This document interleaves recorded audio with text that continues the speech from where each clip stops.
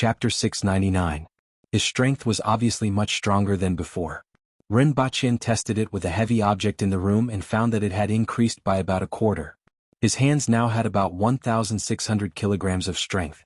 Coupled with the strength of his legs and waist, Rinpoche felt that he could use a car as a training tool. As for his speed, it was the biggest change. Rinpoche always felt that his body was light as a feather, as if he could jump with a little force. Rinpoche exerted force with his feet outside the room and rushed out like an arrow. Bang! Sir Ren. The guards outside the courtyard rushed in. I'm fine. Don't worry about me. Rinpoche rubbed his nose as the wall in front of him cracked. He thought back to the day when he had just broken through and was about to crash into a tree. His reaction at that time was much faster than it was now. It had to be said that people were forced to do what they could. When a person was extremely hungry, his body's potential could be unleashed. Rinpoche gently landed on the wall that was more than 3 meters high and landed on the opposite roof. In the blink of an eye, Rinpoche had covered a distance of tens of meters. He only saw a blur in front of his eyes before he landed on the roof and crushed 2 stone tiles on the way. Rinpoche estimated that it would only take him about 2 seconds to cover 100 meters. Previously, it would have taken him at least 5 seconds. This meant that his current speed was 2.5 times faster than before. He was even faster than the winged cavalry. The winged cavalry warriors hadn't just entered the Kismet heaven level. They had been there for decades, but Rinpoche was faster than them. Furthermore, he had just entered the earth wheel level and would probably be even faster in the future. In terms of strength, he was much weaker than the Kismet heaven experts. The strength of an aboriginal Kismet heaven expert was at least 1,000 kilograms, while the strength of the winged cavalry warriors was generally between 2,300 and 2,700 kilograms. Earthwheel experts were usually 1,500 kilograms. Rinpoche's 1,600 kilograms of strength was slightly stronger than that of an earthwheel expert but much weaker than an aboriginal expert of the same level. Another important change was that the chi in his body was much more obvious than before. Previously, it was just scattered puddles that could only be sensed by careful sensing. In the blink of an eye, it would dissipate everywhere in his body. Now it was like the Yangtze River flowing endlessly between his internal organs. From time to time, essence blood would transform into essence chi and join the circulation, and from time to time, essence chi would dissipate into his limbs. Although it wasn't that clear, he could still feel it. Moreover, when he started to jump, he could feel essence chi flowing into his legs. Rinpoche had a rough idea of the changes that had occurred after he entered the earthwheel level. Seeing that it was already late at night, he entered his room and fell into a deep sleep. The next morning, Rinpoche woke up and went to the Empress's quarters. On the way, he met 2 imperial guards who greeted him from afar and cupped their hands. Sir Rin, we were rash that day and didn't recognize you. We apologize for offending you. Forget it. Rinpoche waved his hand. Not to mention these 2 people, even his own mother wouldn't be able to recognize him. The 2 of you are also doing your duty. The situation that day was special. You 2 can't be blamed. I knew Sir Rin wasn't a stingy person. I'll treat you to a drink some other day. After bidding farewell to the 2 of them, Rinpoche went to the Empress's quarters and saw that she was sitting in front of a mirror as she groomed her. Have you rested enough? The Empress asked softly upon seeing Rinpoche enter. I'm fine now. Rinpoche smiled. I've caused your majesty to worry. Your martial arts are a little strange. Such a situation wouldn't occur when a man-wheel expert breaks through to the earth-wheel level, so I didn't expect it. Fortunately, nothing happened, the Empress said faintly. Previously, I asked other practitioners about the situation of breaking through to the earth-wheel level, and it's indeed different. However, others practice step by step and their bodies are full of chi and blood. Other people often practice for more than 10 years. During practice, they will naturally convert a small amount of blood essence into essence chi and slowly change their bodies. When breaking through, they don't need to consume so much chi and blood. However, I reached the sky in a single step. I first used medicinal herbs to nourish my body and used the 5 thoughts visualization to cultivate my internal organs from the inside out. I used more than a year to walk the path that others took more than 10 years to walk. Naturally, it's much more dangerous, Rinpoche said. He had already thought about the internal situation last night. Well, it's good that you know. This martial art of yours was obtained from the treasury of the previous dynasty. Currently, no one knows the specifics. I'm afraid that there are many parts that aren't stated clearly, so you have to pay more attention. Fortunately, you were lucky enough to obtain the other volume of this martial art. Make more speculations to prevent this kind of thing from happening again. After all, You won't be so lucky every time, the Empress said faintly. Eh. He responded softly and stood at the side, quietly watching the Empress dress up. The Empress was used to his gaze in the past, but this gaze made her feel a little different. She blushed and softly reprimanded, "What are you looking at?" Rinpoche pondered and said, "According to our customs, shouldn't I be asking you what's wrong?" The wooden box on the dressing table flew directly toward Rinpoche's head. Then it flew past him from 2 meters away. Rinpoche took a step back, reached out and grabbed the box. After opening it, he found that it contained lipstick from the Yun nation. Although he had bought a lot of lipstick on Earth, the Empress liked the fragrance of this lipstick more. "It smells so good." Rinpoche smiled after smelling it. The Empress raised her eyebrows and said, "You've become capable." Rinpoche looked at the Empress and smiled without saying anything. He had finally reached the earth wheel level. The Empress raised her eyebrows and blushed again. "Chase him out. He's disturbing me by standing there," the Empress said angrily. Qing Yuan stood at the side and winked at Rinpoche with a smile. "I'm waiting for your Majesty to have breakfast together." Rinpoche smiled, but he didn't stare at the Empress anymore. Otherwise, he would be the unlucky one if she became too embarrassed. After accompanying the Empress for breakfast, Rinpoche hurried to the academy. When he came out of the palace, he happened to meet people who were waiting outside for the morning court session. The court session in Dayo didn't start at 5 a.m. like in ancient China, but at 7 a.m. Rinpoche went to the academy at the same time as the court session, and there were already many people waiting outside the palace. Many people were stunned to see Rinpoche. With so many people in the court, it was impossible for them not to see the change in Rinpoche's cultivation level. "Sir Rin has actually improved. This is really rare. Tonight I'll celebrate with you at Yenyun restaurant." As soon as he saw Rinpoche, Tong Jingye welcomed him with a hearty laugh and slapped him with his palm the size of a cattail leaf fan. For Tong Jingye, there was nothing that couldn't be solved by a trip to a brothel. If there was, he would go there twice. In the face of Tong Jingye's slap, even though Rinpoche wanted to run away, he didn't have the slightest strength to resist Tong Jingye's palm. In his eyes, Tong Jingye's palm, which was as big as a cattail leaf fan, seemed to cover the sky. No matter where he tried to retreat, the palm would land on his shoulder. 2 slaps nailed Rinpoche to the ground. "It's much sturdier than before." Tong Jingye sighed and clicked his tongue. "Sir Tong, you can't invite Sir Ren to Yenyun restaurant this time." Shi Qing took a few steps forward and smiled. "What's wrong?" Tong Jingye was still a little respectful toward Shi Qing, so he turned his body to face him and asked. "Since Sir Ren has already advanced to the earth wheel level, it's time to discuss Her Majesty's marriage." Shi Qing stroked his beard and smiled. Back then, Her Majesty was stubborn and everyone wasn't optimistic. However, over the past year, Rinpoche had demonstrated his ability and reached the earth wheel level half a year earlier than expected. This showed that Rinpoche still had a certain level of talent and could improve further in the future. Tong Jingye was happy to see this happen. Rinpoche pulled himself out of the ground, landed behind Shi Qing in a flash and said, "I won't disturb you anymore. I'll take my leave now." After saying this, he turned around and ran away to avoid being slapped into the ground again. Comrade Shi Qing is a good comrade. Rinpoche sighed in his heart as he ran. Shi Qing was still the most reliable person at critical moments. After Rinpoche left, everyone started whispering to each other. They didn't expect Rinpoche to break through to the earth wheel level so quickly, which was much faster than everyone expected. Most importantly, it seemed like Her Majesty's marriage would be put on the agenda. Chapter 700. His Majesty has arrived. In fact, even if no one announced it, everyone in the hall could completely sense that the Empress had arrived. Under everyone's gaze, the Empress walked across the hall and sat on the golden throne at the highest end. She slowly said, "I have something to report." Following the Empress's voice, the hall was silent for a few seconds. Everyone looked at each other, but no one spoke. "If there's nothing else, let's end the court session," the Empress said as she swept her gaze across the crowd. Tong Jingye stepped forward and said, "I have something to report. The recent heavy rain has caused the dolomite mine to collapse in many places, and more than 70 people have been killed or injured." "Prisoners of war?" the Empress asked. "Yes," Tong Jingye answered. The Empress felt a little strange. Why did he bring this matter up to the imperial court? Although Rinpoche made the prisoners of war sound very important, in the hearts of everyone, the death of dozens of prisoners of war was as natural as rain today. After all, there were so many prisoners of war, and there were bound to be some who died of illness every day.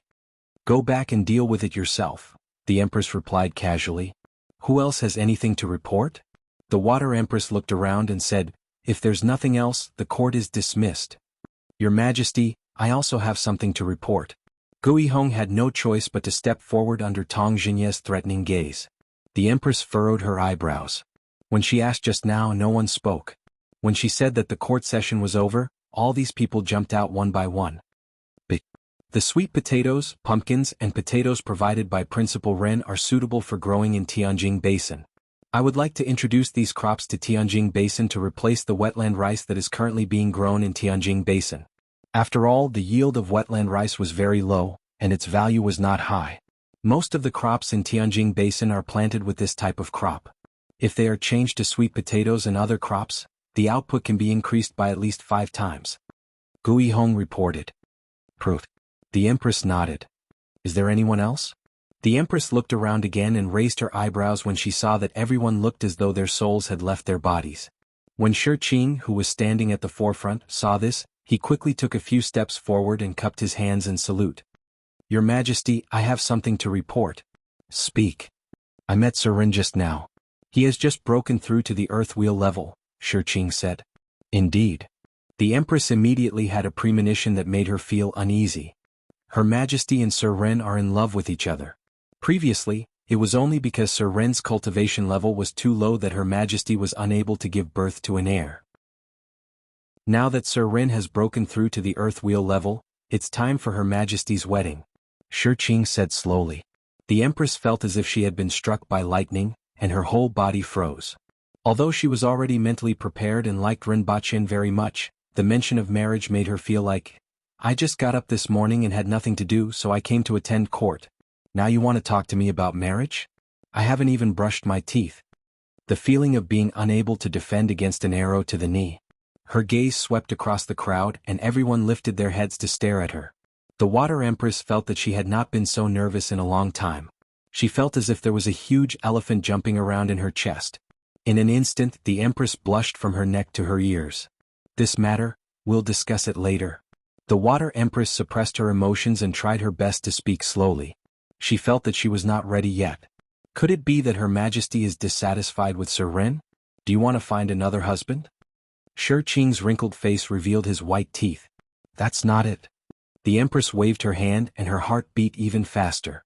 Your Majesty's talent is unparalleled, and your cultivation level is increasing day by day. However, it isn't difficult to find a man who can have a child with you. Shi Qing laughed. However, if Sir Ren makes another breakthrough, he may not be able to keep up with your Majesty's pace. Even if he can keep up, who knows how long it will be before he can. If your Majesty feels that there is nothing wrong with Sir Ren, please settle the marriage as soon as possible so that I and the others can rest assured. In the future, when your Majesty gives birth to a child, there will be nothing to worry about. Please arrange it as soon as possible, your Majesty. Qin Xuan, Tu Wan, and the others stepped forward. Everyone could see that the Empress liked Ren Baqin very much. Since that was the case, it was better to settle the marriage as soon as possible so that the Empress could give birth to a child. This was also a good thing. The Empress was already a little embarrassed and nervous, but when she saw everyone speaking up, she immediately became angry and asked, Are you forcing me?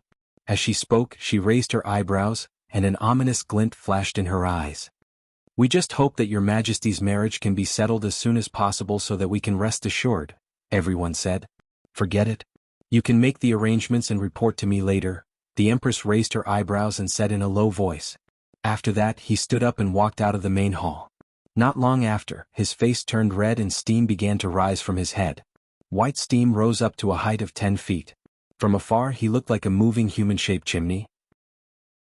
Thinking that she was actually going to marry that guy, the Empress felt that her brain was about to overload and stop working. After the Empress escaped, everyone looked at each other and smiled. Even Tong Jinye and Qin Xuan, who were usually at odds with each other, didn't pick on each other.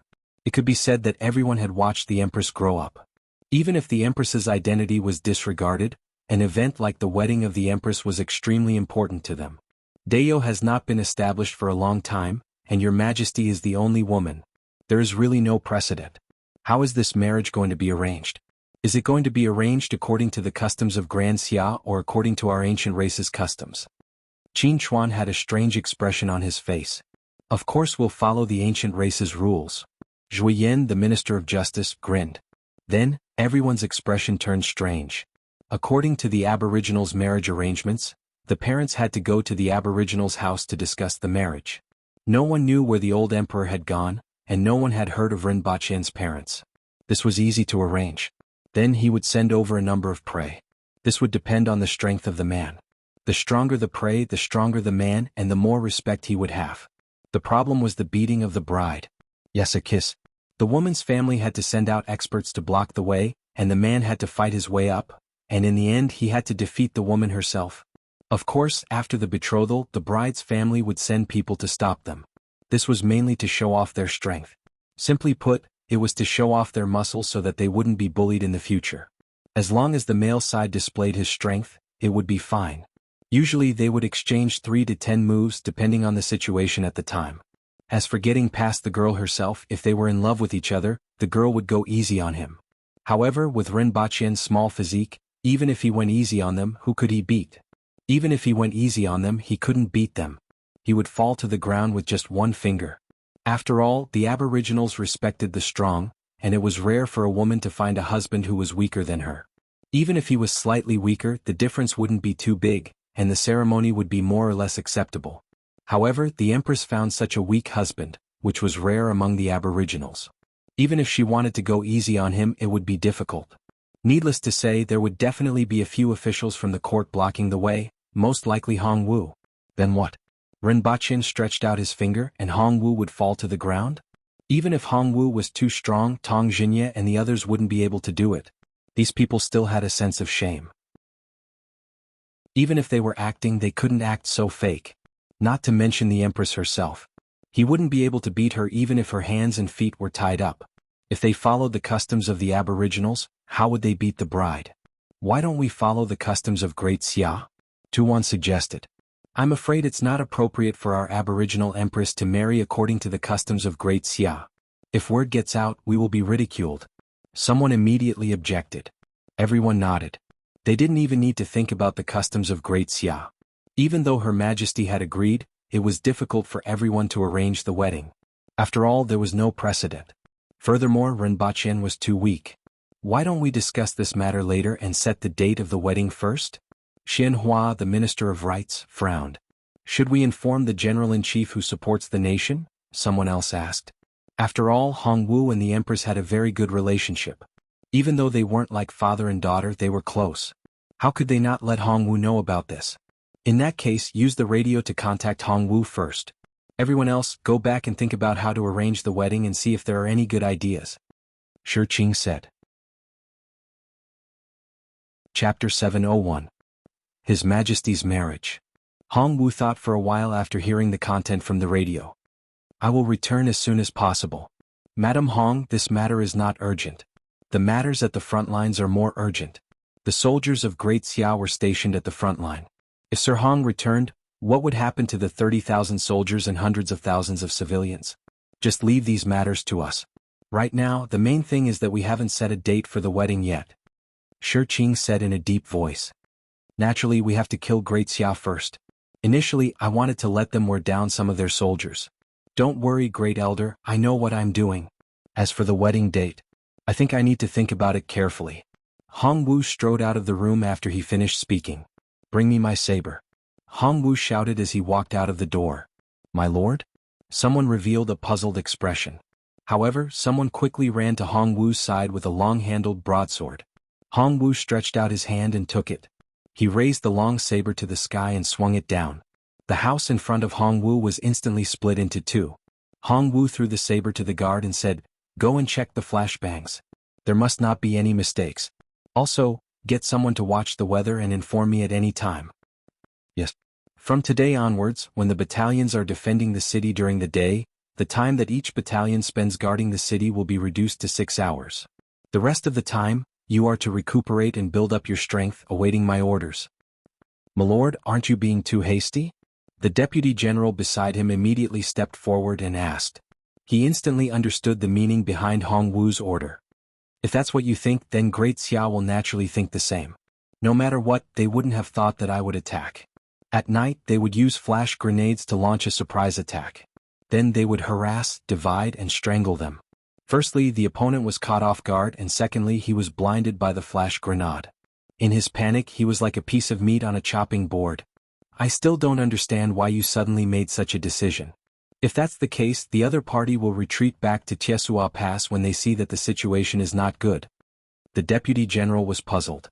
If they only had the original 20,000 soldiers, it would be good if they could defend the city.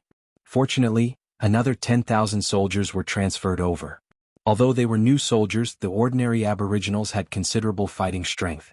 These new soldiers were recruited from the villages in the 60,000 mountains. This way, the Protectorate of the North would have a little more ability to counterattack. It was only when 20,000 stun grenades were delivered from the rear that Hongwu finally had the ability to keep the Great Xia soldiers here. However, 30,000 soldiers were still not enough to keep the 500,000 soldiers of Great Xia here. After all, Ping City was so close to Tiesua Pass that it would take less than a day's journey to get there. Even if the surprise attack was successful, the enemy would naturally retreat after suffering a great defeat.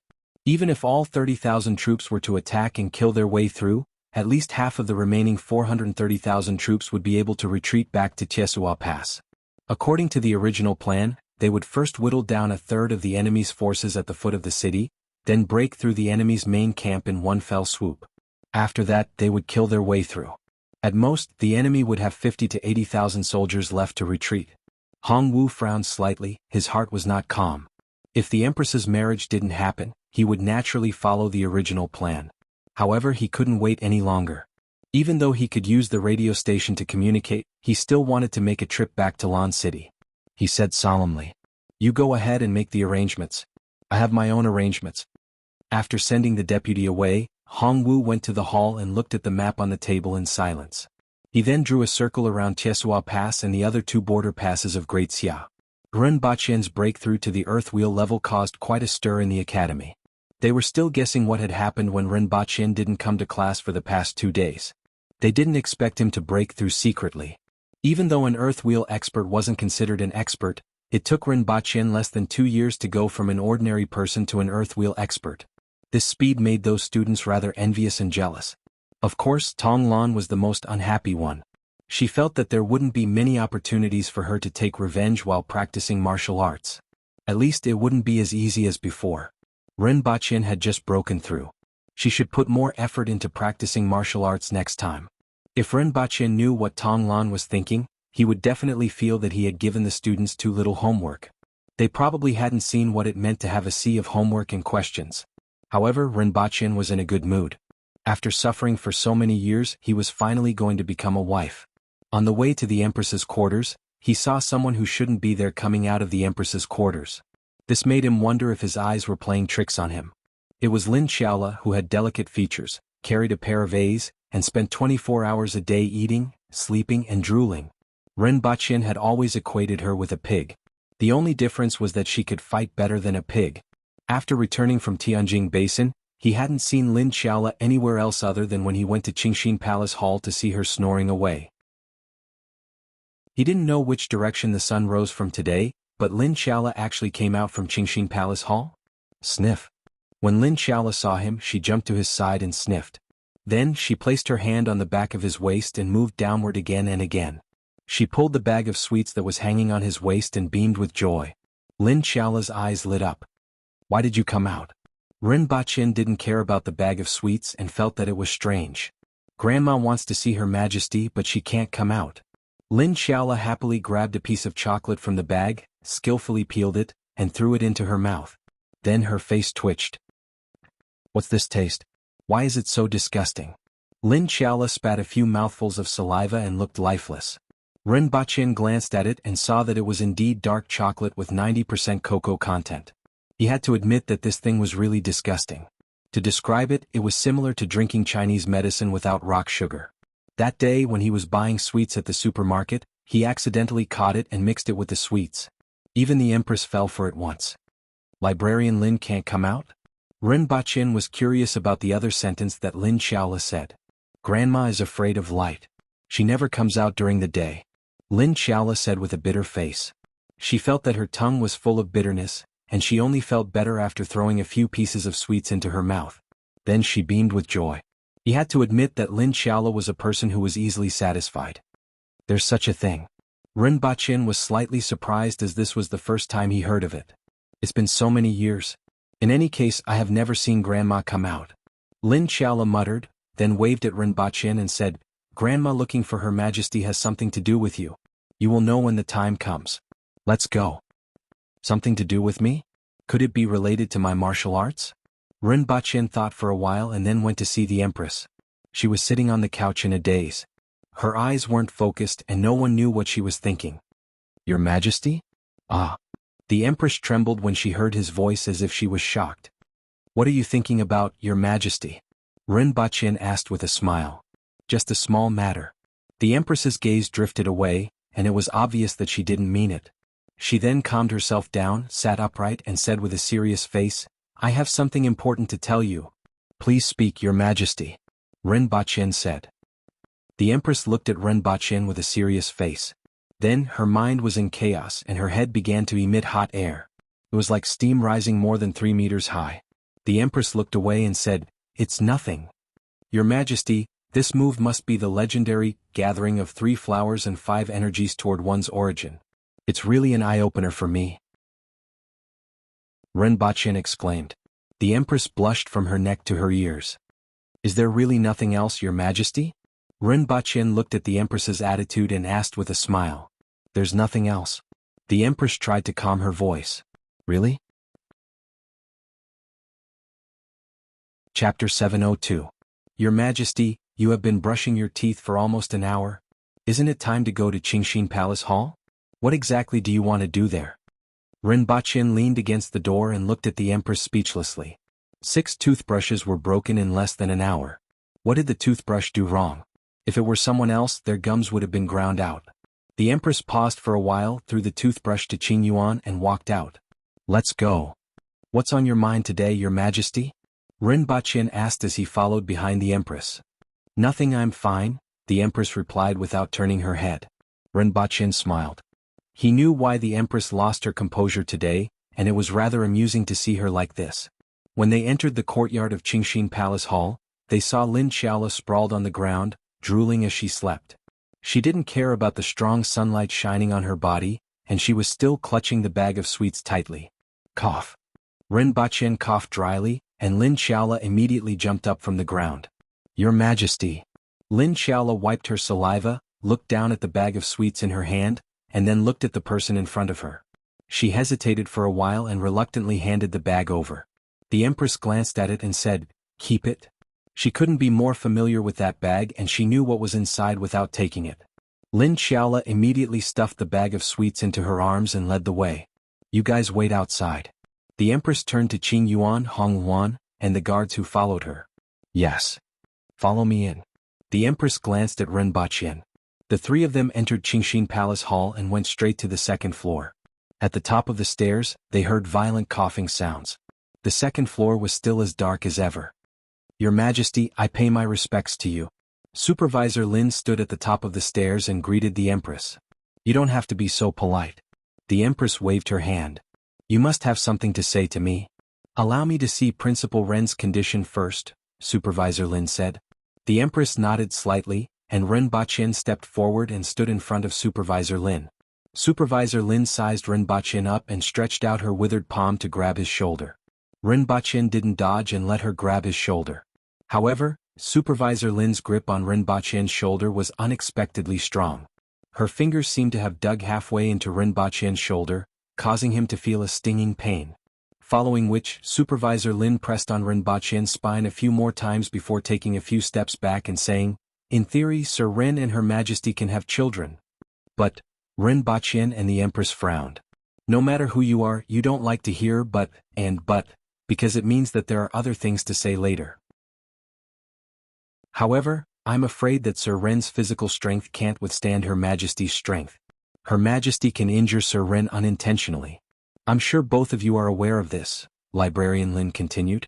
On the spot, Ren Baqin wanted to say, Mother Supervisor Lin's words didn't sound right. Faced with such blatant words, the Empress's face looked as if it was stained with blood. Steam was coming out of her head again. This is what I expected, which is why I invited Her Majesty and Sir Ren here, Librarian Lin said unhurriedly. Ren Baqin stepped forward and said, Librarian Lin, please speak your mind. Looking at the Empress's steaming appearance, he didn't think that she would open her mouth at this moment. Furthermore, what Librarian Lin said was what he had been considering. Originally, he thought that he could solve the problem with the unlocking posture, but now it seemed like there was a better way. There's a manual called Yang Boosting Technique in Qingxin Palace Hall. After practicing it, blood and qi will directly penetrate the surface of the body and greatly increase the strength of the body. This technique is a secret technique passed down by the Hao nation's royal family, and the successive emperors of the Hao nation have been practicing it since childhood. In the past, Sir Ren didn't have enough primordial yang energy. If he were to forcefully practice it, I'm afraid that he would exhaust his blood essence. Now that he has broken through to the so-called earth wheel level, he can start practicing this technique, Librarian Lin said. How long does it take to practice this technique? Ren Baqin asked curiously. The effect can be seen in as little as 3 months. However, it isn't easy to practice this technique. This technique is divided into 2 types, the main one and the supplementary one. Back then, when the men of the Hao nation's imperial family practiced this technique, they would choose 18 talented young girls to practice together as human furnaces to supplement the yang with yin. They would form a group of 6 to deal with the 3 levels of ordinary people, man wheel and earth wheel. When these young girls reached a certain level of cultivation in the supplementary technique, they would choose the one with the lowest level to be used as a human furnace while the rest would continue to practice. Every time the person who practiced the main technique reached a new level, they would need the corresponding young girls who practiced the supplementary technique as human furnaces. After the remaining 12 young girls reached the man wheel level, the 6 with the slowest cultivation would be kept as human furnaces. After the rest broke through to the earth wheel level, they would be used as human furnaces for the person who practiced the main technique. It is said that after reaching the spirit wheel level, a spirit wheel human furnace is still needed. However, which spirit wheel expert would dare to use them as human furnaces? Librarian Lin said unhurriedly. The content of her words made Ren Baqin and the Empress's expressions change. However, neither of them said anything and allowed the old woman in front of them to continue speaking. The main point of this technique is to supplement the yang with yin and assist the growth of yang. If slight changes are made, there will be a shortcut. There is a price to pay for this shortcut, which is that one can only reach the beginner level of this technique. After improving one's physical body to a certain level, one can't go any further. What is needed is the primordial yin of 6 earth wheel level women and their cultivation. Ren Baqin grinned. This technique sounded like it belonged to the coquettish and cheap type.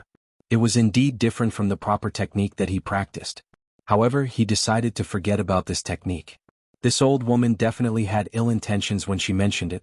The Empress was silent for a while and said in a deep voice, I understand. I will get someone to capture 6 people from the Yun nation who meet the criteria. Is there enough time? If it's within 3 months, then there's enough time. Minister Lin said. Your Majesty, I don't need to practice this technique. I can find another external technique to practice. Ren Baqin was surprised. Shut up. Don't be anxious. I haven't finished speaking. Although this technique has been modified, the main and supplementary techniques haven't changed. The other party must practice the supplementary techniques. If the person we capture refuses to practice the supplementary techniques, it will be useless. Find someone who is concerned about the sect. Put a knife to their neck, and they will naturally be willing, the Empress said with a cold face. Ren Baqin was touched. Even he felt that this technique was a little excessive, let alone the Empress. Even though the veins on the Empress's neck were about to pop out, she still made such a choice. How could he not be touched by her decision given her status? Your Majesty, I will never practice this technique. I will find another external technique, Ren Baqin said in a deep voice. You are not willing? The Empress glared at him with a cold face. After spending so much time with Your Majesty, I'm afraid that seeing other women is like seeing a skeleton. Your Majesty, do you think that I can use a skeleton as a cultivation vessel? Ren Baqin gave the Empress a smile that he felt was very kind. Then is it my fault? Should I say sorry? The Empress was obviously very jealous, but she had to pretend to be magnanimous when it concerned Ren Baqin. She was very angry. The Empress definitely wasn't the type to smile even when she was angry. Her face immediately turned cold. Chapter 703. Your Majesty and Sir Ren, don't be anxious. I'm not done yet. Supervisor Lin continued to speak unhurriedly. Actually, this technique has been modified by this old woman. There are 2 cultivation methods. One is the human cauldron technique that this old woman just mentioned. Another way is to borrow the earthine spring in the 60,000 mountains. Rinpoche and the Empress immediately stared at Supervisor Lin with murderous eyes. Why didn't you say so earlier that there was another way? Are you teasing us on purpose? If Rinpoche couldn't wait to agree just now, or if the Empress didn't agree, it would probably leave a knot in their hearts. Fortunately, the Empress was magnanimous and Rinpoche knew what to do. Both of them were touched. In addition, the Empress was extremely jealous. That old bastard was really not a good person. Rinpoche immediately labeled Supervisor Lin in his mind. However, this method is extremely dangerous. The earthine spring is extremely special. Rumor has it that this earthine spring connects the 2 realms of life and death, but no one knows if this is true or not. However, the earthine spring was extremely dangerous. Even if an ordinary person touched it, they would be disturbed by the dark illusions, not to mention using it to cultivate. It's fine if you have a strong will. Otherwise, I'm afraid you won't be able to endure the attacks of the illusions. If you go down, you won't be able to come back up. Rinpoche furrowed his eyebrows and asked, Librarian Lin, are there no other ways to train the physical body? This is the shortest time. The other techniques would take months and years to show their effects. I'm afraid it's too late. Only this kind of shortcut can speed things up. Supervisor Lin squeezed out a smile on her wizened old face. Let's use the second method then, Rinpoche said. After practicing the Rui visualization, he had some confidence in his willpower. What kind of ghost attacks could compare to the various kinds of life and death experiences in the 5 visions? Furthermore, he could send the spring water back to Earth for testing. Why did he have to let the Empress have such a huge hold on him? What if the Empress wanted to settle the score with him one day? Wouldn't he be out of luck then? Use the first method, the Empress said. Your Majesty. Rinpoche wanted to speak. I have the final say, the Empress interrupted him. Your Majesty. What if I can't get hard when I see them? Rinpoche spread his hands. The Empress's forehead began to emit steam, and the veins on her neck were throbbing. She slapped Rinpoche's body. Bang! There's a hole in the wall. Only the Empress, Librarian Lin and Lin Xiaola were left in Qingxin Palace Hall. Now that it's quiet, let's use the first method, the Empress said coldly as if a layer of ice had been scraped off her face. He had made up his mind that he would definitely find 6 women for Rinpoche that would make him feel so miserable that he would rather die the moment he saw them. He couldn't possibly let Rinpoche off easy. Rinpoche felt dizzy and disoriented. He flew a long distance in the air before smashing through a roof and falling. Boom. My waist is about to break. Rinpoche gasped for a long time and then saw someone looking at him from a distance. He was looking at himself in the barrel. Are you taking a bath? Rinpoche squeezed out a good-natured smile. Yes. Xanja sat in the bucket with a cold expression. Her shoulders and neck were exposed outside the bucket, and her hair was completely disheveled. Her Majesty threw me here. Rinpoche said seriously after thinking for a while. He really couldn't take the blame for this, nor could he afford to. I guessed it. Xanja continued to look at him coldly. You live in the palace? I didn't know about it before. Rinpoche lay on the ground and looked around.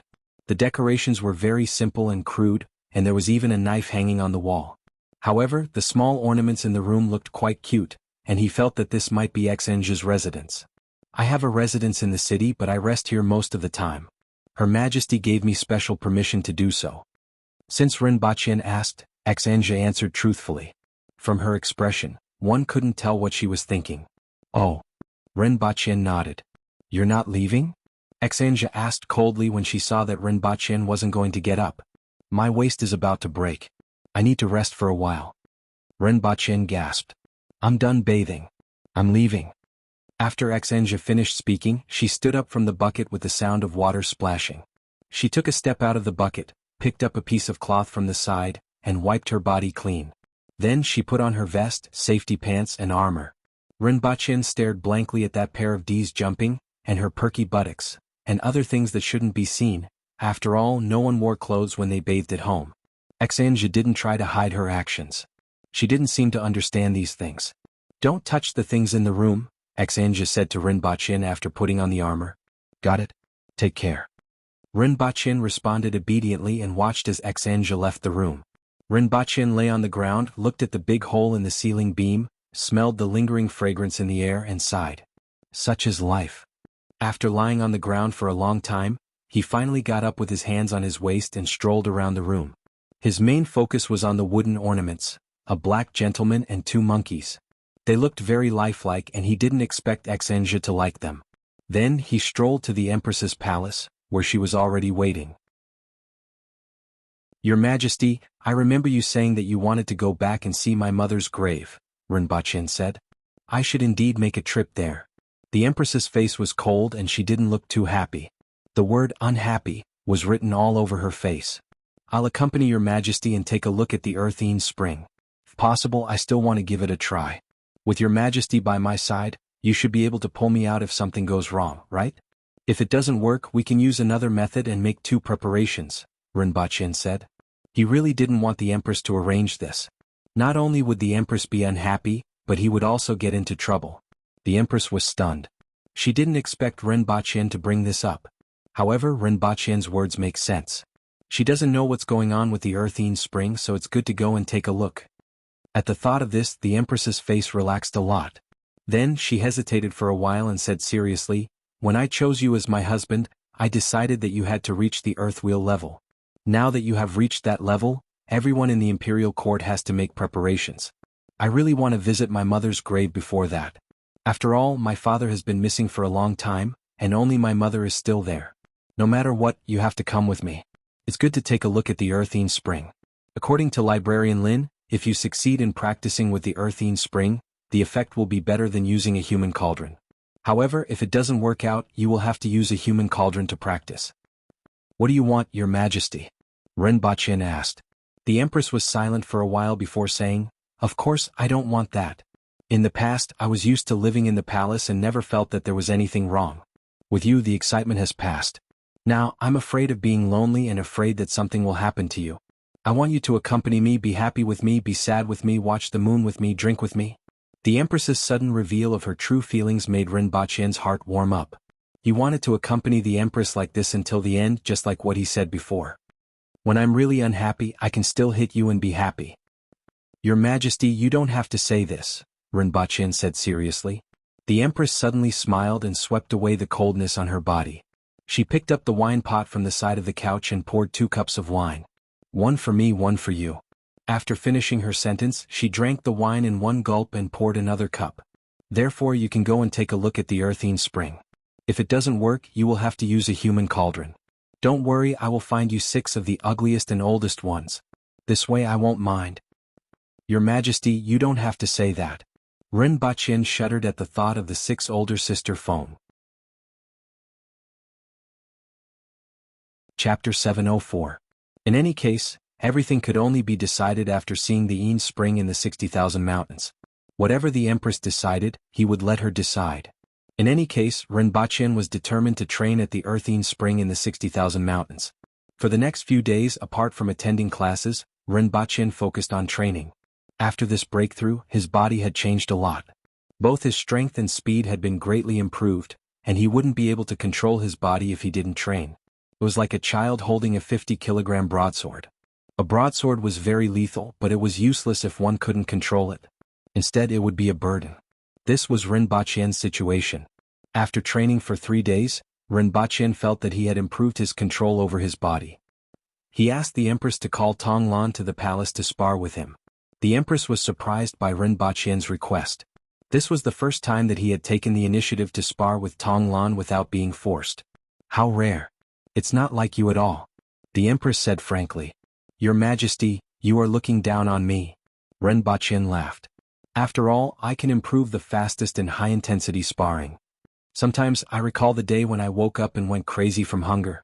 On the way to the imperial kitchen, I encountered 2 guards, but I was able to dodge them with ease. However, after I woke up, that feeling disappeared and I couldn't even control my body properly. What do you think is the reason? The Empress looked at him and asked. Rinpoche pondered for a while and said, perhaps I'm the kind of person who becomes stronger when facing strong opponents? Only under pressure can I unleash my small universe? Originally, this talent was concealed, but it was awakened after I broke through to the Earthwheel level. The Empress looked at him blankly. She was shocked by his words. After a while she said, "I roughly know what's going on with you. You are indeed worthy of being called your majesty. Even I couldn't detect it, but you detected it so quickly." Rinpoche was delighted to hear this. The talent that he had hidden for so many years was finally going to be unleashed. "I did detect it." The Empress nodded. "You did detect it. You actually became arrogant. You actually dared to take the initiative to spar with Tong Lan. You could even unleash your small universe." That afternoon Rinpoche wore Li Ning's shorts and stood on the court. Opposite him was the little Lolita, Tong Lan, who was dressed in white. She looked up at him with a mischievous expression. On the other hand, the Empress was sitting on a chair, eating fruits and watching anime. Behind her were Qing Yuan and Hong Luan. One of them was holding an umbrella while the other was preparing an ice basin and using a fan to blow cold air onto the Empress's body. Rinpoche felt a little excited. After being beaten up for so long, he could finally display his strength. With his extraordinary speed, he felt that he had a high chance of winning this time. He would definitely give the little Loli a surprise. He could also improve his control over his body through battling with her. It was really several things in one go. Let me play some background music first. Rinpoche turned to the side and made a selection on the laptop. Immediately, the external interface started playing impassioned music. After that, Rinpoche realized that the little Lolita was even more excited than him when listening to this epic electronic music. Her little head was nodding bit by bit. "You can relax. Anyway, I've never won before," Rinpoche said. The little Lolita looked askance at him and said, "I've never been nervous before. Do you know what's the big problem I discovered after breaking through to the Earthwheel level?" Rinpoche asked. "Not only Earthwheel experts but also Kismet Heaven experts." "What is it?" Tong Lan's attention was immediately attracted by his words. Even though she didn't give Rinpoche a good look, she was still very impressed by his knowledge. Even the Empress raised her head. "It's much stronger than a manwheel expert." Rinpoche suddenly jumped up, crossed more than 10 meters in one step, and kicked straight at Tong Lan's face. Tong Lan stretched out her palm to block, but Rinpoche did a somersault in midair. His other leg moved like a windmill and directly hooked Tong Lan's jaw. The back of Rinpoche's foot collided with Tong Lan's palm and produced a loud bang. Then Rinpoche was kicked away by Tong Lan. Rinpoche spun and landed at the side of the arena. He landed heavily on the ground, turned over and got up. His face was no longer as relaxed as before. He could sense Tong Lan's kick just now, but his body couldn't keep up with his brain's reaction speed. The last time he met the Imperial Guards on the way to the Imperial Kitchen on a rainy night, he felt the same way. The brain's reaction speed was much faster than the body's. His brain had already sensed it and knew how to dodge it, but he couldn't dodge it and his body couldn't keep up. This feeling always made him feel very uncomfortable, as if there was a delay in his brain's command of his body. This situation was very difficult to detect during normal training, but it was extremely obvious during sparring. The following sparring sessions also confirmed this point. There were many times when he could clearly sense her movements, but he just couldn't dodge it. After being hit by Tong Lan more than 10 times in a row, Rinpoche felt that his body was about to fall apart before stopping today's sparring session. "In any case, I've improved a lot." Rinpoche lay on the ground and panted. Tong Lan looked at him, raised her small face and said, "Improvement? You are thinking too much. It doesn't exist." Rinpoche immediately made up his mind to double tomorrow's homework. Listening to the background music coming from the side, Rinpoche sighed faintly. Sure enough, he had never won with his own background music. After Tong Lan left, Rinpoche described what he felt just now to the Empress. The Empress frowned and pondered for a long time before saying with some doubt, "Under normal circumstances, such a situation wouldn't occur. Instead, it was difficult for me to recover my strength for a month after burning my essence blood." That feeling was similar to what you described. Under normal circumstances, a person's physical body and spirit are equivalent. The level of the physical body corresponds to the level of the spirit. This is the case for every martial art. The situation that you described gave me the feeling that the spirit had surpassed the physical body. For example, when you were originally at the manwheel level, your physical and spirit values were 5. After attaining the earthwheel level, one's physical and spiritual attributes would normally be 20. However, your physical and spirit values were 20, which is completely incompatible with your physical body. That's why such a situation occurred. It's like a 6-passenger car with 10 people in it. Take me for example. For example, my spirit value is 100, and my physical value is also 100. After burning my essence blood, my physical value drops to 30, but my spirit value is still 100. Under such circumstances, the body will not be able to be commanded according to my will. Rinpoche frowned. He could easily understand the Empress's explanation. To put it simply, it was like an Alto with a racing engine installed. A racing engine was naturally very good, but when installed in an Alto, it couldn't be utilized at all and would cause all kinds of problems. As for the reason, I guess it might be the influence of the Rui visualization that you practice. According to your description, this set of cultivation method will indeed have an impact on the divine soul when cultivating. Do you still remember the second volume of the ancient scroll of methods? After practicing Rui visualization, one can start practicing it after reaching the earth wheel level. If one hasn't practiced Rui visualization before, one can only practice it after reaching the spirit wheel level. I'm afraid this is the reason. After listening to the Empress, Rinpoche felt that this was most likely the case.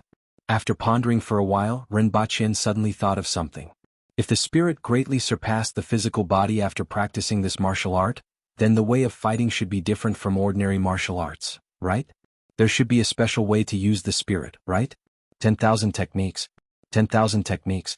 No wonder it's called 10,000 techniques. I'm afraid that the mystery lies here.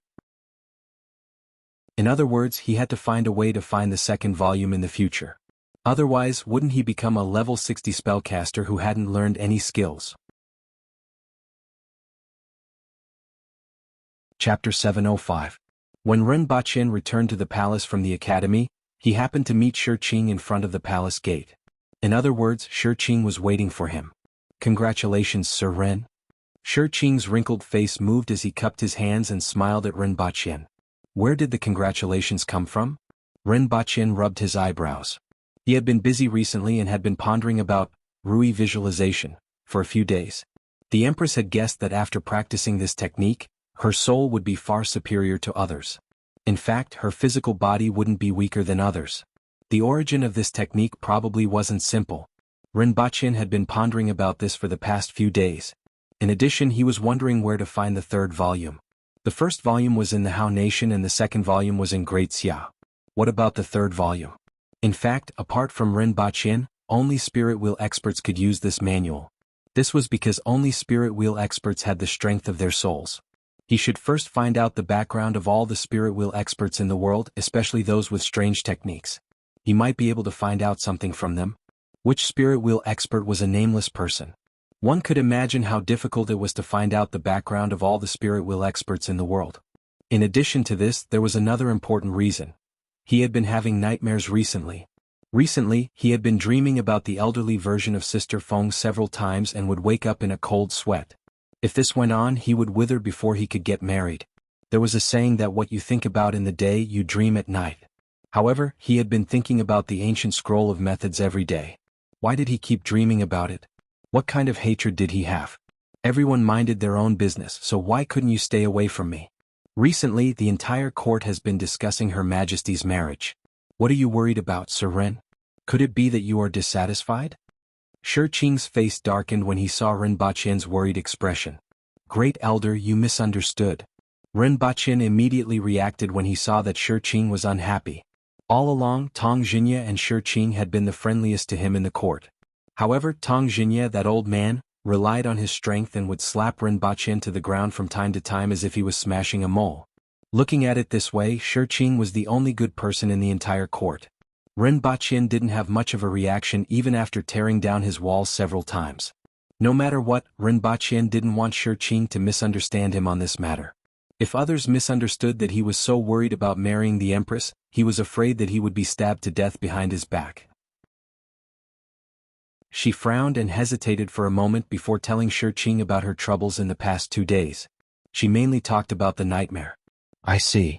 Shi stroked his beard and said, however, it is a great honor to be able to marry Her Majesty. There are millions of aboriginal men, and which one of them isn't envious of you? How could a real man be a coward when it came to cultivation? Besides, it's the same in the dark. Rinpoche squinted at Shi with a face full of hidden bitterness. Aren't your words quite down to earth? It was really easy to talk while standing up. I'll find you 6. Try turning on the lights. However, when he thought about it carefully, he really hadn't seen anyone that was too ugly in the Aboriginals. Actually, Aboriginal men weren't ugly. Rather, they were the valiant type, which suited the Aboriginals' aesthetic standards. As for Aboriginal women, they usually had strong and healthy bodies with excellent figures. Even if their looks were average, their wild nature had a unique flavor to it. As for ugly ones, he really hadn't seen one. This was probably the legendary talent of the race. Just like the legendary Wuxia, the men were extremely ugly, and the women were extremely beautiful. Although the Aboriginals hadn't reached this level, they had the same idea. Therefore, Shurqing probably didn't quite understand what was ugly. Rinpoche should find a few photos for Shurqing to stick on the wall and see if he could still be ambitious every night. Did Sir Shur congratulate me just now? Rinpoche immediately changed the topic and guessed. Shurqing had been waiting for him here and congratulating him. He was afraid that the wedding date had been set. Although Rinpoche had been pondering about the ancient scroll of methods recently, he also knew that everyone in the imperial court was studying his marriage with the Empress. Perhaps it was because the Empress was about to get married that she was at a loss. Recently, she often threw a little tantrum. Although he found it interesting most of the time, he would occasionally have a headache. After all, the Empress wasn't an ordinary woman. An ordinary woman's small fists couldn't kill someone. Sir Rin, the wedding date between you and Her Majesty has been set. It will be on the 3rd of March next year, which is 9 months from now. After that, you will have to address her as a prince. Rinpoche understood that it was exactly as he had guessed. 9 months. It should be the time for the Empress to go to the 60,000 mountains and for him to practice the yang boosting solution. Thank you for informing me, Great Elder. Rinpoche took a deep breath and smiled. It's all right. I just want to tell you that Her Majesty is the Empress of Dayo and the Aboriginals. Don't let her be sad, Shurqing warned. She is also my Empress. Just like what you said before, millions of Aboriginal men are envious of me. How can I not appreciate my blessings? That's for the best. In fact, I don't have to be so worried. Anyway, you are no match for Her Majesty. Shurqing laughed. However, I've been waiting for you not only to inform you about the wedding date, but also for another matter. Please speak, Great Elder. It's about the betrothal ceremony. We haven't been able to figure out what to do these few days and wanted to ask you if you have any ideas. After all, you are more knowledgeable and smarter, Shurqing said. He then gave Rinpoche a brief explanation of the Aboriginals' betrothal ceremony. Rinpoche didn't know that the Aboriginals' betrothal ceremony was actually like this. They actually had to fight their way up. If a few big shots came to block the way, would he be able to exchange a few blows with each of them? Would he be able to enter the palace? He was afraid that the Empress would have to visit his grave. Even if he could really enter the palace, there was still the big boss, the Empress. If the Empress was embarrassed, Rinpoche couldn't afford to get hurt. He immediately said seriously, actually, Her Majesty can marry me. I don't mind at all. When the time comes, you can just symbolically block Her Majesty. In any case, I definitely won't be able to beat her. How can this be? The Aboriginals have never had such a rule. Great Elder flatly rejected. Rules are set by people. If there is a first, there will be a second. Besides, who do you think I can beat? Rinpoche spread his hands. If you are capable, find a few people that I can beat. Then tie the Empress up and wait for me to collect her. Shurqing frowned and sighed. I feel that you have a lot of ideas and are full of nonsense, so I asked you what you think. However, it is against the rules to let Her Majesty marry you. If I have a child with Her Majesty, what will his surname be? Will it be Ren or Chi? Rinpoche asked. Of course it will be Chi. Regardless of whether it's a man or a woman, he will inherit the throne. Shurqing answered without hesitation. It was just as Rinpoche had expected. No matter what, if he wanted to inherit the throne, his surname couldn't be Ren. Even he felt that this was the case. Of course he didn't care about this matter. After all, they would be his and the Empress's children. Of course they could also return to Earth with the surname Ren and Dayo with the surname Chi. Or they could have 2 more children and choose one with the surname Ren. However, Rinpoche was a little skeptical because, according to his observation, the fertility of the Aboriginals seemed to be very low, far lower than that of the people of Great Xia and the Yun Nation. For example, the commoners of Great Xia and the Yun Nation could have 5 or 6 children. After all, there wasn't much entertainment at night and they had nothing better to do. However, the Aboriginals generally only had 1 or 2 children and at most 3.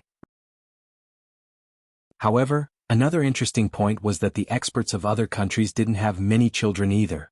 For example, the experts of Tianjing Basin generally had very few children. Unless they married 17 or 18 concubines and worked hard, they might only have 8 or 10 children in a lifetime. This situation made Rinpoche speculate that the more powerful one was, the harder it was to have children. As a result, he wasn't sure how many children he and the Empress could produce. Chapter 706. Unknowingly, the Black Bamboo Academy had an additional ring of street lights. Electric lights were also hung on the beams of the classrooms and the library. The backyard of the Black Bamboo Academy was expanded again. In the distance, there was an additional courtyard that emitted black smoke all day long. In the courtyard was the most important and special equipment of the Black Bamboo Academy at present, the thermal power generator. Needless to say, the importance of energy was too great for science and technology. What was special was that after this thing was built, it would emit black smoke 24 hours a day, and a layer of dust would fall on the academy every day. Before this, there wasn't any dust on the ground. Fortunately, this thing was only used for testing and improvement. Rinpoche planned to build a power station outside the city to supply electricity to Lan City. At the very least, there would be electric lights. Rinpoche also had another plan, which was to place some LED screens on the streets of Lan City and play some teaching videos. He hoped to use this method to increase the literacy rate of the aboriginals. At the very least, some ambitious people could learn through this method. When there were more literate people, there would be more readers for newspapers and books in the future. He still couldn't achieve universal education in Dayo, but he hoped to cultivate more talents through this method. The prerequisite for all of this was to have a stable power supply. He couldn't always rely on himself to bring solar panels and batteries from Earth, right? Energy was the foundation of modern society. This was a top priority for Rinpoche, and he had made a lot of preparations for this. Given the price of copper in this world, he was already prepared to use steel core aluminum wire. Then, a very serious problem appeared in front of him. There weren't any aluminum mines in Dayo. Rinpoche then took out the map and looked around. Finally, his gaze fell on the country on the east side of the map.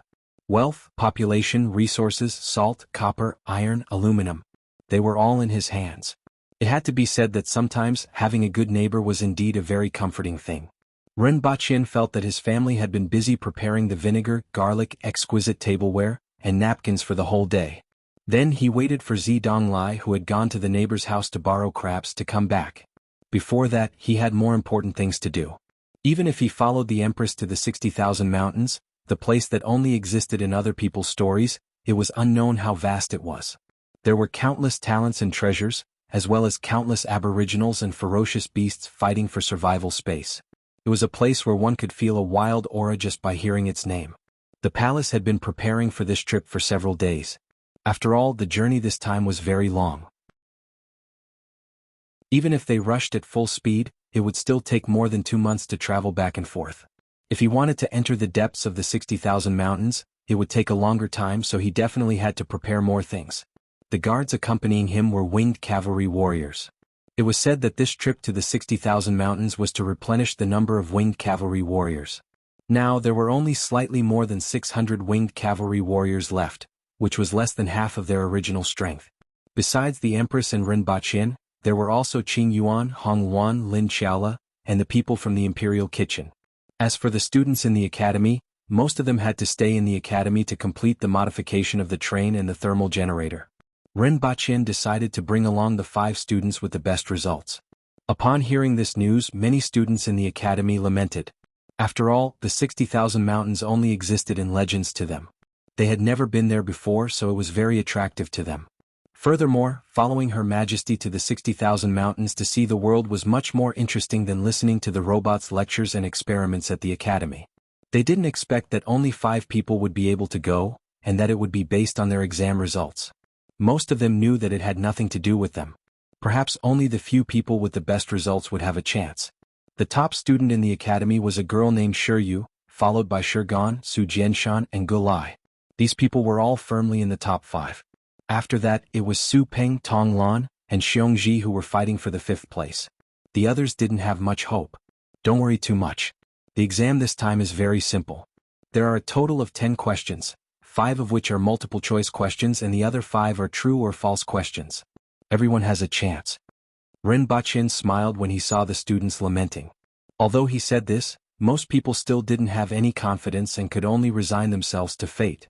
After class, Shiyu, Shirgan, and Su Jianshan were surrounded. Everyone's tone was full of envy and jealousy. You guys will definitely be able to go. Not only will you be able to see the world, but you will also be able to show your face in front of Her Majesty. Aren't you thinking too much? How can you show your face? You are just going to see the world. Shirgan chuckled. If there were more questions, it would be hard to say.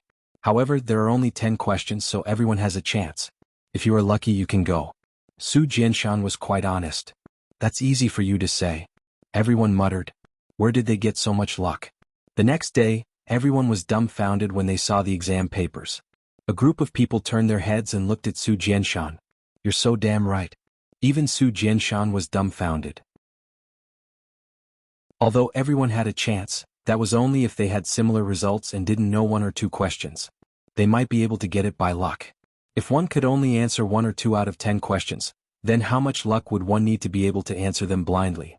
However, today's exam papers simply exceeded his imagination. It really depended on luck.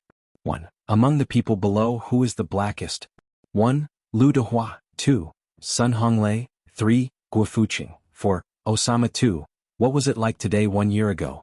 1. Cloudy. 2. Rainy. 3. Windy. 4. Cloudy, rainy, windy. 3. Luck is very important.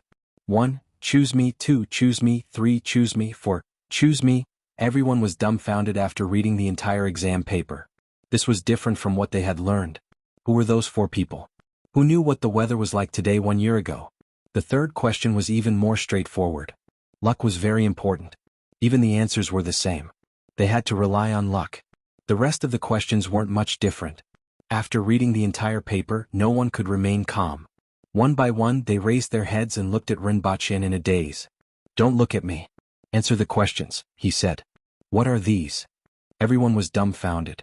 Use your wisdom and imagination. I believe in you. He laughed. Everyone looked helpless. They closed their eyes and finished answering the questions. It didn't take more than 10 minutes for them to hand in the exam papers. I know you are wondering why the exam papers are like this. It's completely different from what you have learned, he said after collecting all the exam papers. What I want to tell you is that luck is very important, just like what the third question said. Most of the time, people have no choice but to rely on luck. Therefore, in order to avoid falling into such a situation, you have to master as much as possible so that you don't fall into a situation where you have to rely on luck. In fact, 8 of the questions have real answers, and the answers are in the books in the library. As for the other 2 questions, it really depends on luck. Some people have to do the same experiment 10,000 times before getting the result. Some people get the result on the first try. It's undeniable that this is the role of luck. In addition, luck has many more functions, such as allowing you to survive in various situations. For example, it allows you to always discover the most important things. There are too many functions of luck. In fact, Rinpoche was trying it out this time. When he was pondering how to find the ancient scroll of methods for the past 2 days, he suddenly thought of the bichi he had seen on Mount Liuzue. After seeing it, many things happened and many people died. However, he was still safe and sound. He was convinced that although luck couldn't be seen or touched, it existed. Therefore, he wanted to see if he could pick out lucky people and see if they could encounter any opportunities in the 60,000 mountains. If it was useful, then he would really have to pick out a few lucky people to find the second volume of the ancient scroll of methods for himself. Rinpoche looked at the dumbfounded expressions of the students, smiled, and flipped through the papers in his hand. Then he stopped at a particular paper and the smile on his face gradually froze. All 10 questions were correct. Not a single one was wrong. And the name on the paper was Dulalu. Rinpoche pondered for a while and wondered if Dulalu's wife was a good husband. Chapter 707. July of the 72nd year of the Dayo calendar. The Empress's carriage left Lan City again. There were nearly 1,000 people and dozens of carriages. There wasn't much food, mainly spices, daily necessities and some other things. Rinpoche sat in front of the Empress's carriage with a bamboo pole in his hand. A water radish was hung at the tip of the pole, and he hung it 1 meter in front of Chi Shui the Kirin. Aren't you tired? The Empress asked angrily. Rinpoche had been teasing Chi Shui for 2 days. At first, it was meat, then it was fruit, and now, it was a water radish that the imperial kitchen chefs brought out from the palace. Qi Shui had such a gentle temper, but now it even raised its hooves when it walked. Ren Baqin reckoned that it wasn't far from being kicked. I saw that it doesn't like meat, so I thought that it might like to eat vegetables. Ren Baqin smiled and stuck the bamboo pole on the side of the carriage. The water radish continued to hang in front of Qi Shui. During this trip, the Empress finally got Qi Shui out of the lake after a year to satisfy Ren Baqin's curiosity. Ren Baqin felt that it should have gills.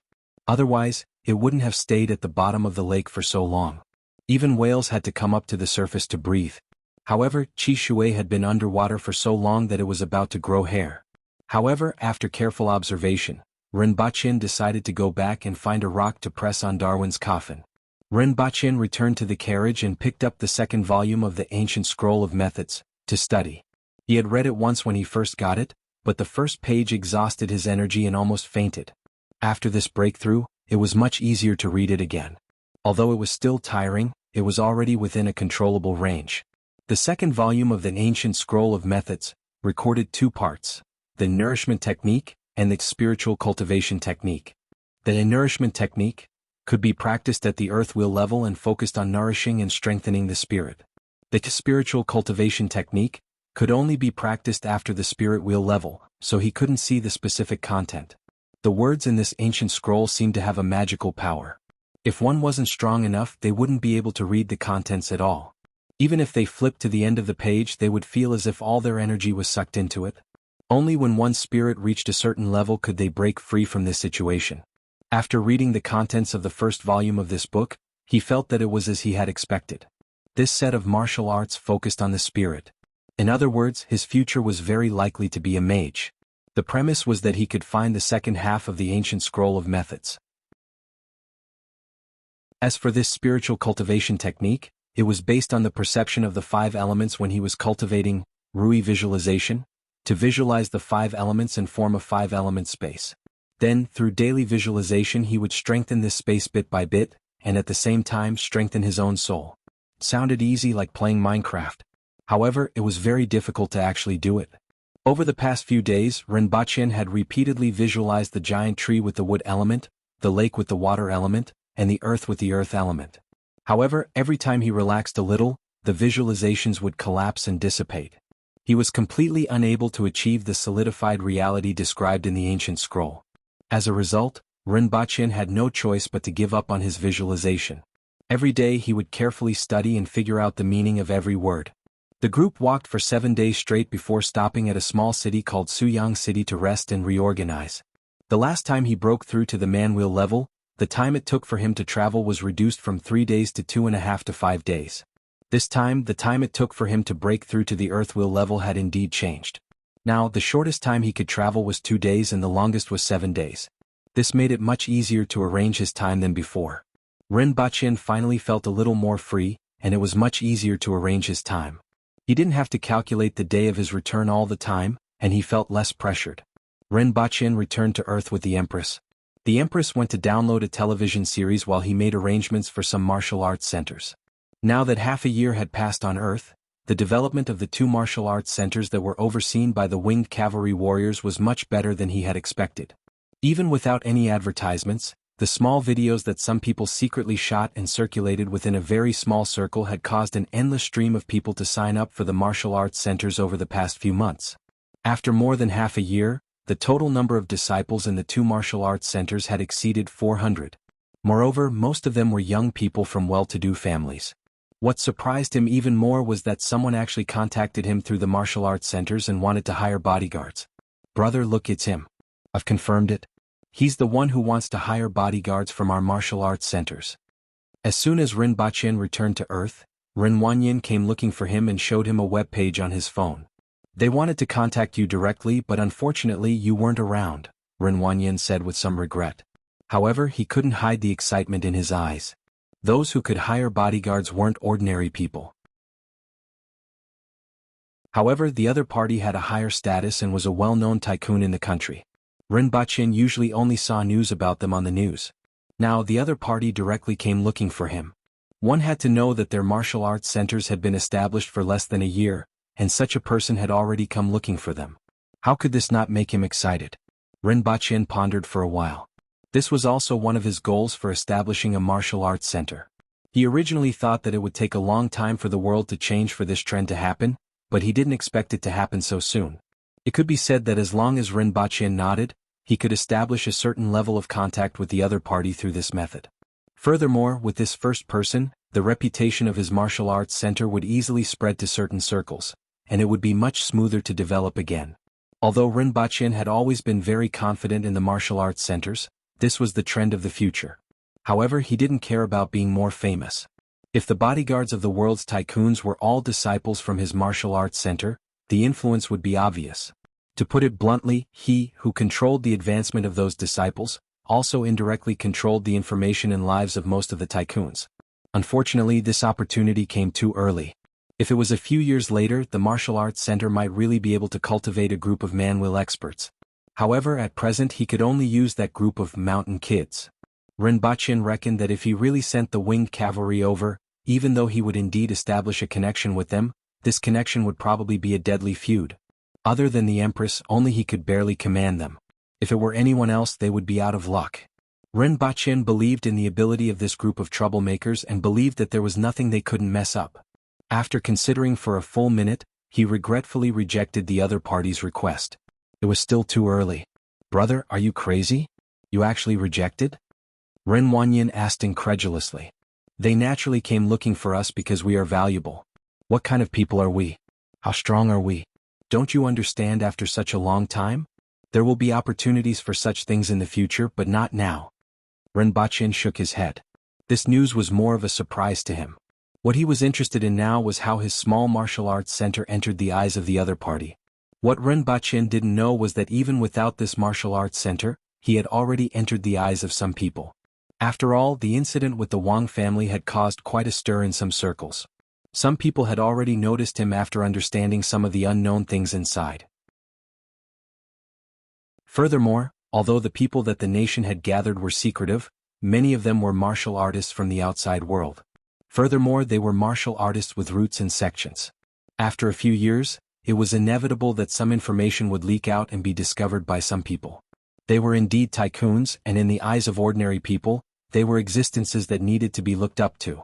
However, the Wang family, which inexplicably collapsed, had a high status and strength, but suddenly collapsed without any ability to fight back. In addition to the Qin family, there was also a very powerful faction in the country that inexplicably collapsed. This was inextricably linked to Rinpoche. When these two incidents were added together, it was more terrifying. Ordinary people couldn't detect it, but how could these people be simple? Many of them were omnipotent people, and it was inevitable that they would find out about some things through certain channels or clues. Subsequently, they found out about Rinpoche. It could be said that Rinpoche had long been marked in some people's hearts. He didn't need to think about how to build a relationship with others, but many people wanted to build a relationship with him. However, Rinpoche rarely appeared. Other than some contact with the Qin family, he only had contact with the nation. He had always lived in seclusion, and those people didn't have the opportunity to get in touch with him. Therefore, the martial arts center became the only channel for the outside world to contact him. This time it was also an attempt or perhaps a signal. After all, both parties weren't ordinary people, and it was impossible for them to come knocking on his door and say, "Bro, let's be friends. Let's go for a drink and get familiar with each other." Even if Rinpoche sent an ordinary disciple over, this would be considered a response. Unfortunately, Rinpoche didn't know about this and directly rejected the other party's signal. After knowing that he was rejected, the other party wasn't angry. Instead, he was even more certain of what he had learned. How could ordinary people reject them? Chapter 708. After returning from Earth, Rinpoche and the Empress walked around the small city with great interest. Shiyang City was very small and had a population of only tens of thousands. It was the only city within a radius of hundreds of kilometers. Similar to other cities in Dayo, fights could be seen everywhere. People smashed the walls of other people's houses and were chased out. From a two-person fight, it turned into a three-person scuffle. It was very lively. Or rather, it was more appropriate to say that it was a chaotic scene. Curses like skin whipping could be heard incessantly.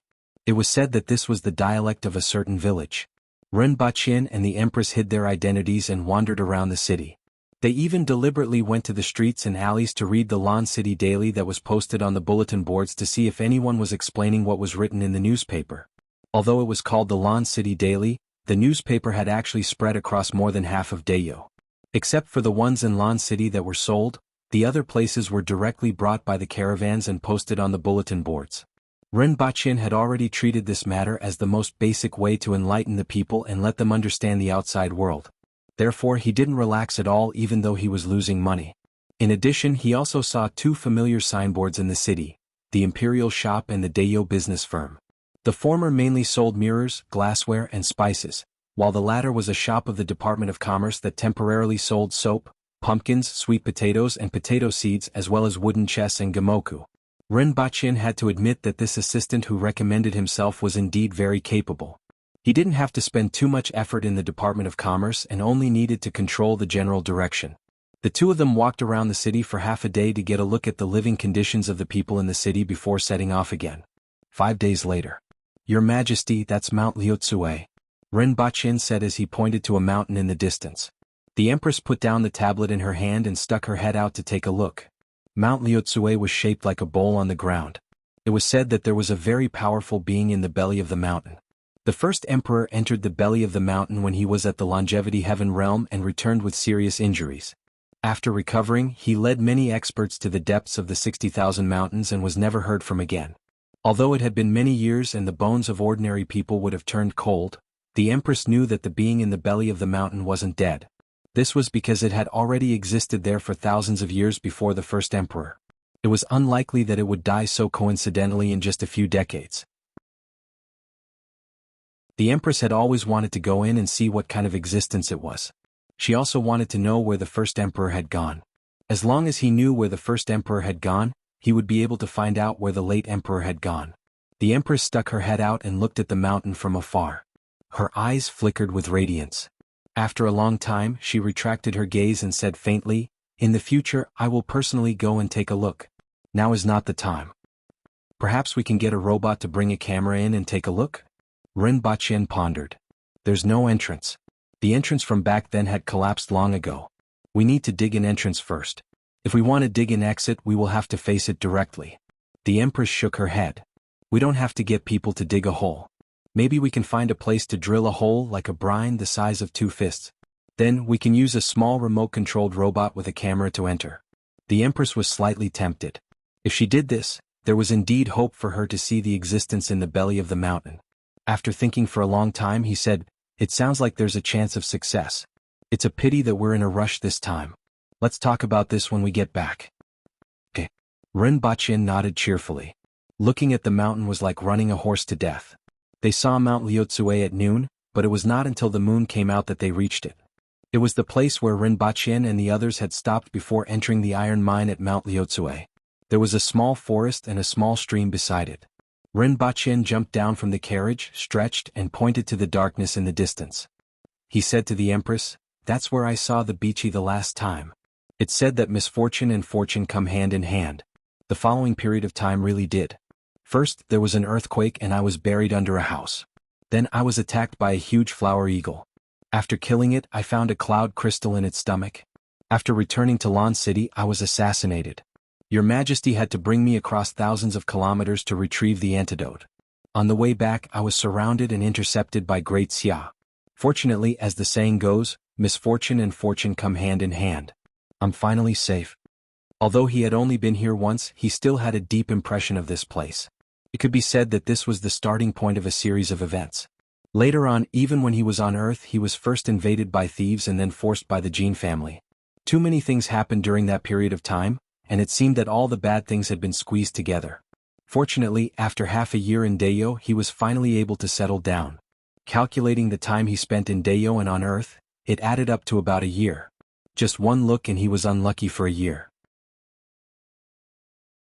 This thing was much more powerful than the god of misfortune. You also found an outstanding little white flower here, the Empress continued. Rinpoche was stunned at first. He recalled what happened back then and immediately laughed.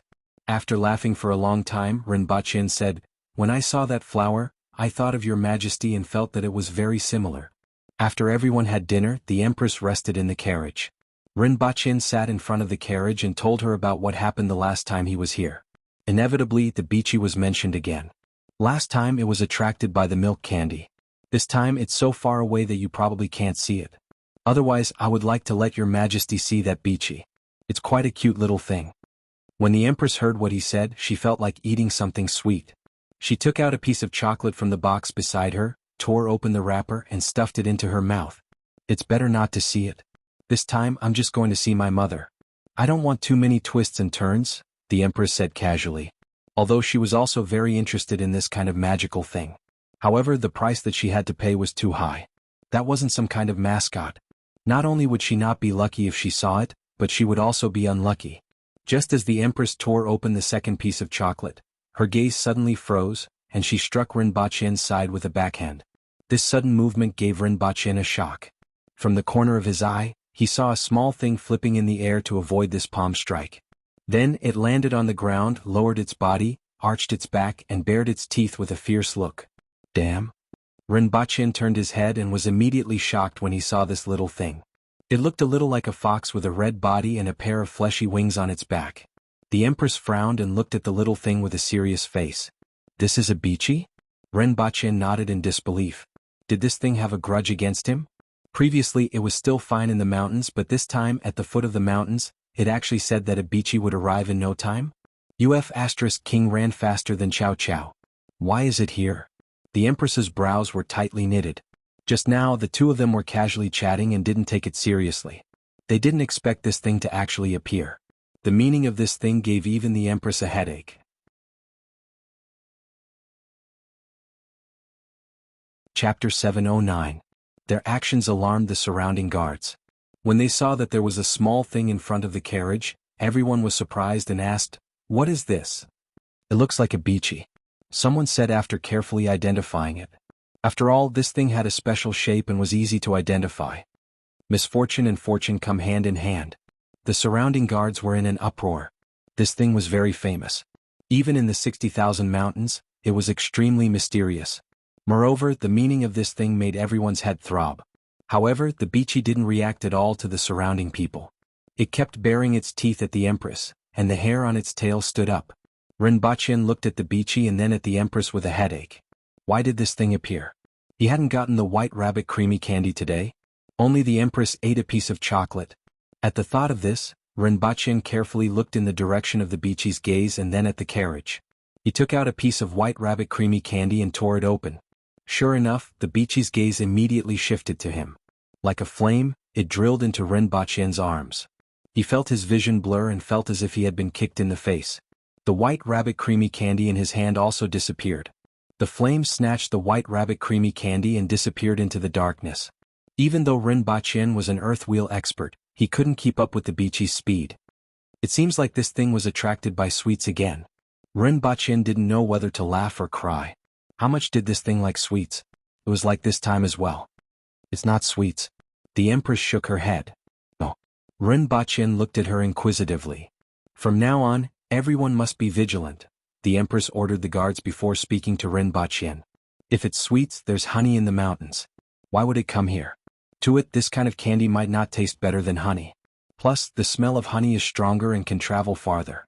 Besides, the mountain people often collect honey, and this thing has never been attracted by honey. Rinpoche nodded. What the Empress said made sense. However, it only appeared after the candy was taken out both times. It's like this once and twice.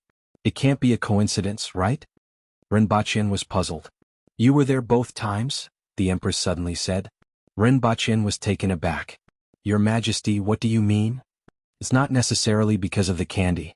Candy may be a little attractive, but it's only a little. It's impossible to be attracted by candy twice. Also, the smell of the candy wrapper is very faint. Although this thing's sense of smell is sensitive, it shouldn't be this sensitive. I think it might have something to do with you. In fact, you've been lurking in the shadows ever since you arrived here. That's why you suddenly appeared. I'm afraid it was the same last time. Rinpoche pondered for a while and had some doubts about the Empress's words. What do I have to attract it? I don't know.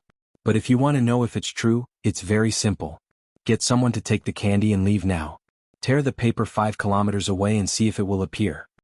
As soon as the Empress thought of it, she immediately ordered 4 people to bring candy and leave in 2 different directions.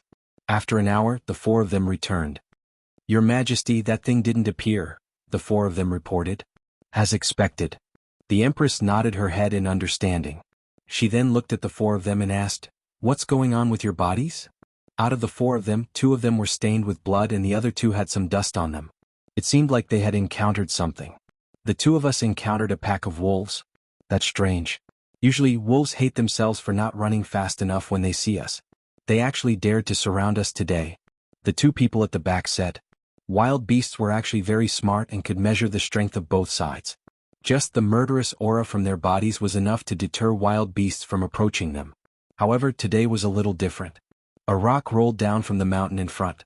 If we didn't dodge quickly, we would have been hit. The other 2 people were surprised and sighed. This thing was indeed as evil as the legend said. The effect was immediate. Nothing happened after they set off for more than 10 days. However, something happened immediately after they saw that thing. The Empress and Rinpoche had the same idea. Even though Rinpoche had experienced it before, he felt that it was simply too coincidental. "You guys can leave first. Remind the others to be careful even when resting." After the 2 people left, the Empress looked at Rinpoche, took out a piece of chocolate from the box, tore it open, and threw it out of the carriage. A fiery red light flashed, and the piece of chocolate disappeared without a trace before it landed on the ground. "Sure enough, it's coming for you. It's following you in the dark." The Empress finally confirmed it. Seeing this scene, Rinpoche was speechless. Although he didn't know what it was doing, it seemed that the Empress was right. However, he was concerned about another matter. "Your Majesty, you seem exceptionally wise and mighty today." Rinpoche looked at the Empress curiously. "Do you think I'm usually not smart enough?" The Empress glanced at him and sneered. "How is that possible? To be able to govern Dayo in such an orderly manner? Your wisdom isn't something that ordinary people can fathom. I just feel that you rarely consider such trivial matters in the past, but you're actually so concerned about it today," Rinpoche said. In fact, the Empress wasn't usually considered to be extremely smart. After all, the Empress's strongest and most proficient area was her martial arts. She definitely wouldn't think about things that could be solved with martial arts. As for governing the country, there were still the officials in the imperial court. However, the Empress today made Rinpoche feel a little different. She seemed to be possessed by a primary school student. With just one look, she could actually guess that he was the target of that thing. And he didn't realize it at all. "I'm just a little concerned," the Empress said. "What should we do now?" Rinpoche looked at the darkness outside and asked. According to the Empress, that little thing was somewhere in the darkness looking at him. This kind of feeling really made one's hair stand on end. "That thing is too fast and I can't catch up. Let everyone be on high alert and see how long that thing can follow us. As for what its purpose is, it will be revealed sooner or later," the Empress said. "I'm afraid that there will be more twists and turns along the way." Rinpoche had a headache. No one liked natural or man-made disasters along the way. However, given the extent of this thing's evil, it was really possible. Fortunately, even if the sky collapsed, there would be someone taller to hold it up. The Empress should be able to protect him, right? By the next morning, the news of the Bichi's appearance had already spread, and almost everyone in the team had heard about it. Even the 5 students from the academy ran to Rinpoche excitedly to confirm. They wanted to know if this thing was really that evil. After setting out on the road, everyone was still on high alert at first. Fortunately, nothing happened. Half a day later, everyone arrived at a river. Just as the few winged cavalry warriors in the lead stepped onto the wooden bridge, they heard a cracking sound, and the wooden bridge under their feet started to shake. "Oh no, run!" The few winged cavalry warriors on the bridge were shocked, but it was already too late to escape. Crack. As if it had been in disrepair for a long time, the entire bridge kept making sounds. Then it broke into 2 and collapsed. A few winged cavalry warriors kicked their mounts and leaped into the air. They were then caught and pulled back by the others. However, they could only barely escape. They watched helplessly as the jumping goats fell into the water and immediately set off huge waves. A crocodile that was more than 10 meters long popped its head out of the water and directly bit the jumping goats. Chapter 7:10. There were 2 types of Bichi. One was a Bichi and the other was a Bichi. The former was gray and anyone who saw it would be unlucky. The latter was red and it was called misfortune and blessing. If there was misfortune, there would be blessings. Rinpoche was stunned when he saw these crocodiles that were more than 10 meters long. He then remembered that he had obtained a cloud crystal from killing a flower eagle. Drag them out and kill them? Rinpoche ordered. He felt that these monsters were here to give him equipment. What? Just a few bone mines? The Empress looked at him strangely. These things could be seen anywhere there was a big river. Because crocodiles could bite the bones of their prey and roar like thunder, they were called bone mines in Dayo. The Qin nation was also a place with many crocodiles and they were called thunder. In Great Xia, crocodiles were called earth dragons. Let's see if there are any gains. Rinpoche turned his head. Misfortunes and blessings go hand in hand. There should also be blessings and misfortune. The Empress immediately understood. At this time, a few winged cavalry warriors found 2 stones the size of a human head and threw them at the crocodiles. Boom. A few stones smashed into the crocodiles, but they were extremely strong. They were fine after being hit by the stones and only sank into the water in pain. This time they couldn't hit them even if they wanted to. If they were on land, 8 or 10 of these crocodiles wouldn't even be enough to defeat one winged cavalry warrior. However, in the water it was the complete opposite. Although the aboriginals wouldn't drown if they fell into the water, they were very clumsy and couldn't exert even 10% of their strength. Everyone was at a loss for what to do. Get out of the way. The Empress frowned when she saw that they didn't know what to do. Give me the arrows. The Empress came out of the carriage in a flash with a simple horn bow made of beast horn in her hand. It was the same bow that had been hanging in the carriage. Hung Wan took out a quiver that contained more than 10 dark yellow bone arrows. The Empress pulled one out and knocked it on the arrow. She pulled the bowstring back 2 inches. She took a look at the river and loosened her fingers. The bone arrow made a strange sound and went straight into the water. 1 arrow was shot and then another. 7 arrows were shot in a row. After the 7th arrow was shot, the river began to turn red. Then a crocodile flipped out of the river, then a second, a third. A pile of crocodile corpses piled together, blood flowing from the crocodile's jaws. The 7 crocodiles looked as if they had been blasted by a cannon. Each of their heads had a wound the size of a bowl. Quick, pull it up, Rinpoche shouted. The winged cavalry immediately chopped down 2 trees and dragged the crocodile from the river to the shore. Each of these crocodiles was 12 to 13 meters long and weighed 5 to 6 tons. It required 2 to 3 people to pull them up. After bringing all 7 of them ashore, everyone followed Rinpoche's instructions and opened up their stomachs. At first, Rinpoche thought that there would be some gains. However, after everyone searched the place thoroughly, there was nothing except for the corpse of the jumping goat. Is there something valuable in the stomachs of these bone mines that we didn't notice? Rinpoche pondered for a while. There was bezoar in a cow's stomach, pig's kidney in a pig's stomach. What was in a crocodile's stomach? Unwilling to give up, Rinpoche rummaged through the pile again. Unfortunately, he still didn't find anything valuable. It seems like the so-called blessing and misfortune aren't so accurate. Rinpoche was a little disappointed. Don't be disappointed so early, the Empress suddenly said. Rinpoche immediately turned his head and asked, Did your Majesty discover something? It seems like a big guy is coming.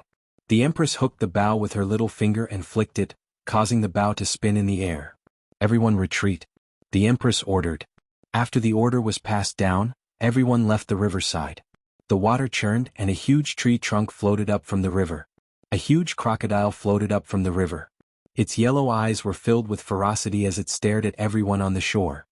What a huge crocodile, Rinpoche exclaimed. A crocodile that was 12 to 13 meters long was already a huge monster. If it were on Earth, it would be a well-deserved giant beast. However, the head of the one that floated up from the river was almost as big as a car. It was at least 20 meters in length.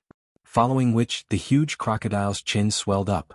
It didn't open its mouth, but a thunderous sound came from its body. Following this sound, the surface of the water began to roll outwards in circles. The Empress glanced at the crocodile and said, Killing the small one has attracted the big one. It might be the smell of blood. It's pretty strong. It seems to be at the Kismet heaven level. If we didn't discover it today, it wouldn't have any natural enemies in the river. Perhaps, it would have been able to grow. After saying this, the Empress raised the bow again. Previously, when she shot those crocodiles, the bowstring was only pulled back by 2 inches. This time she pulled it back by more than half. The huge crocodile seemed to have sensed that something was wrong and immediately lowered its body. However, its fate was sealed the moment it popped its head out to check. The arrow suddenly left the bowstring and pierced through space without making a sound. The crocodile didn't even have time to react before the arrow pierced through its eye and went straight to its brain. Then red and white blood spurted out from its eye. Following which, everyone heard the bowstring vibrate and emit a buzzing sound. Pull it up. The Empress threw the bow to Hong Yuan, who was behind her. This time it took some effort to pull the crocodile up. This crocodile weighed at least 20 tons. Huge. When the crocodile was pulled up, everyone's first impression was that it was huge. It was simply too huge. It was simply a colossus. Previously, when they were in the river, Rinpoche estimated that the crocodile was more than 20 meters long. Now that it was pulled up, Rinpoche used his footwork to measure that it was at least 24 meters long, which was equivalent to the length of 4 to 5 cars added together. The corpse was lying on the ground and was actually as tall as a person. Dig it open. We should be able to gain something this time, Rinpoche immediately ordered. Everyone flipped the crocodile over and stabbed its white belly with a knife. It was as if they were stabbing a rock, and it took them a lot of effort to dig open its belly. With the size of this crocodile, everyone would have to jump down to search for it. After spending some time, everyone cleared out the contents of the crocodile's stomach. Their harvest was a huge crocodile heart X1, a huge crocodile penis X1, a huge crocodile internal organs X1, a huge crocodile skin, a huge crocodile skeleton, and several tons of huge crocodile meat. However, there weren't any of the rare treasures that Rinpoche had expected. Instead, everyone realized that this crocodile's skin was practically invulnerable.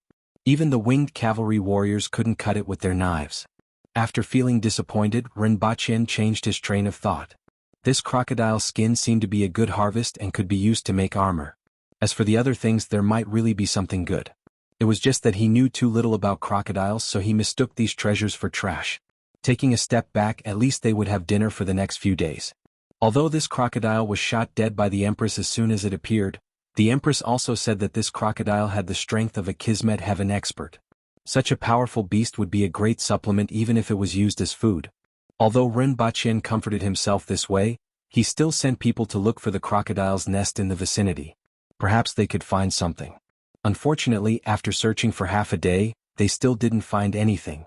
It was already late, so everyone had to set up camp and send some people to cut down trees to build a pontoon bridge. Meanwhile, Rinpoche cut a little of each of the crocodile's heart, internal organs, meat, tail glue and penis to bring back to Earth. Since there wasn't any other harvest, they could only let the laboratory analyze whether this crocodile had any other value. After bidding farewell to the Empress, Rinpoche got into her carriage and prepared to go back.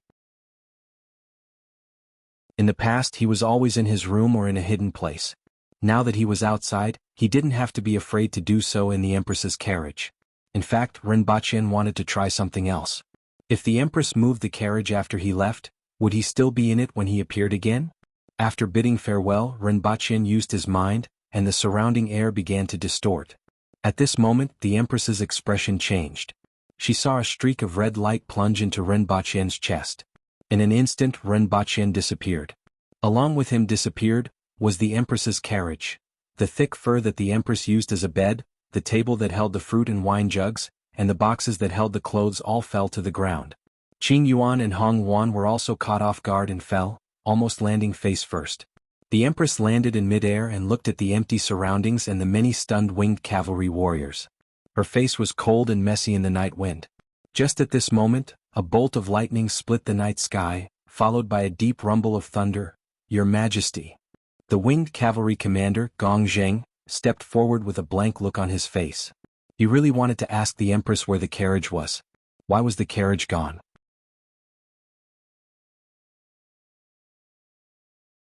Chapter 7:11. Since the first time he traveled to Dayo, he had traveled back and forth at least 100 to 200 times. This was already instinctive to Rinpoche, and he didn't need to think too much about it. Often, the surrounding air would start to distort, and he would arrive in another world in an instant. Even after reaching the earth wheel level, this feeling didn't change. Only someone with the strength of the Empress could detect a difference. However, this time was different from the past. Rinpoche felt as if he was immersed in water, and his surroundings felt squeezed. It was as if the air was repelling him. This process only lasted for less than an instant, but he could clearly feel that it was as if that instant had been stretched out. Subsequently, he felt himself being squeezed out by something that couldn't be seen or touched. He then realized that he was still in the imperial carriage. It was just that the Empress was gone. Qing Yuan and Hong Yuan were also gone. The bow hanging on the wall was also gone. The boxes in the carriage were also gone. Only he and the furry thing in his arms were left. The sky outside the carriage had turned from night to day. What happened? Ren Baqin had yet to react when this question popped up in his mind. Subsequently, he felt the carriage tilt to one side and he didn't know what was going on. Ren Baqin's heart tightened. He didn't know what was going on and he jumped out of the carriage in a flash. At the same time, a familiar shout came from below. "Don't hit me. It's Her Majesty's carriage." After jumping out of the carriage, Ren Baqin took a good look at his surroundings. He was indeed on Earth, but he wasn't in a room but on the roof. The group of people below hurriedly caught the Empress's carriage. If not for their sharp eyes, the carriage would have been turned into a pile of broken wood. The furry thing in Ren Baqin's arms also moved. It sneezed a few times, then gave him a kick, turned into a beam of red light, and darted into the forest in the distance. Damn! Ren Baqin was completely confused when he reacted. At that time, the Empress, Qing Yuan and Hong Yuan were all in the carriage, but he brought it back? Where was the Empress, Qing Yuan and Hong Yuan? In addition, there was another serious problem. The Bichi actually followed him to Earth. Ren Baqin rubbed his head and carefully looked at the forest behind him. The Bichi was nowhere to be found. Even if he could find it, he wouldn't be able to catch it. That thing was too fast. It was as fast as lightning. Not an adjective. Even the Empress might not necessarily be able to catch it. Otherwise, it wouldn't have suddenly rushed into his arms while he was shuttling back and forth. "Lady Boss, what happened?" More than 10 winged cavalry warriors asked as they looked at Ren Baqin, who was standing on the roof in the cold wind. Ren Baqin jumped down from the roof. He couldn't be bothered to answer this question and directly instructed, "Look after Her Majesty's Imperial carriage. If there's any damage, I'll plant you in the soil and see if I can grow 10 more by next year." After saying that, he returned to his room and sat there in a daze for a long time, trying to sort out the situation. He was too careless this time. In the past, he had always been in his room or in the wild, so he had neglected this matter. He was traveling with the things that he touched and that he could move. He had even brought back straw from the prison and soil from the wilderness. Although the Empress's imperial carriage weighed more than 500 kilograms, it was now completely within the range that he could move, so he naturally brought it back. As for the Empress, Qing Yuan and Hong Yuan as well as the things in the imperial carriage, they were probably left in Dayo. The pressure that he felt when he shuttled back and forth was probably because the imperial carriage had overlapped with the walls and roof of the room, which was why it was directly squeezed out. This gave Ren Baqin an important piece of information. Even if something was placed in the place that he left, when he shuttled back and forth again, it wouldn't overlap with those things. Instead, it would directly repel him. This greatly reduced the risk. After sorting out the situation with the imperial carriage, he began to worry again. The Bichi actually rushed into his arms and was brought to Earth when he shuttled back and forth. Furthermore, with its speed, he couldn't catch it at all. This was Shanghai, and many people usually came up to this mountain. If he was seen by others, he would just have to wait to see the news. For example, the shocking discovery of a flying fox, somewhere. These were all trivial matters. Or, someone encountered the arrival of the Grim Reaper, and escaped unscathed, but the surrounding people suffered heavy casualties. This wasn't impossible. Ren Baqin had a headache thinking about the trouble that this thing could cause.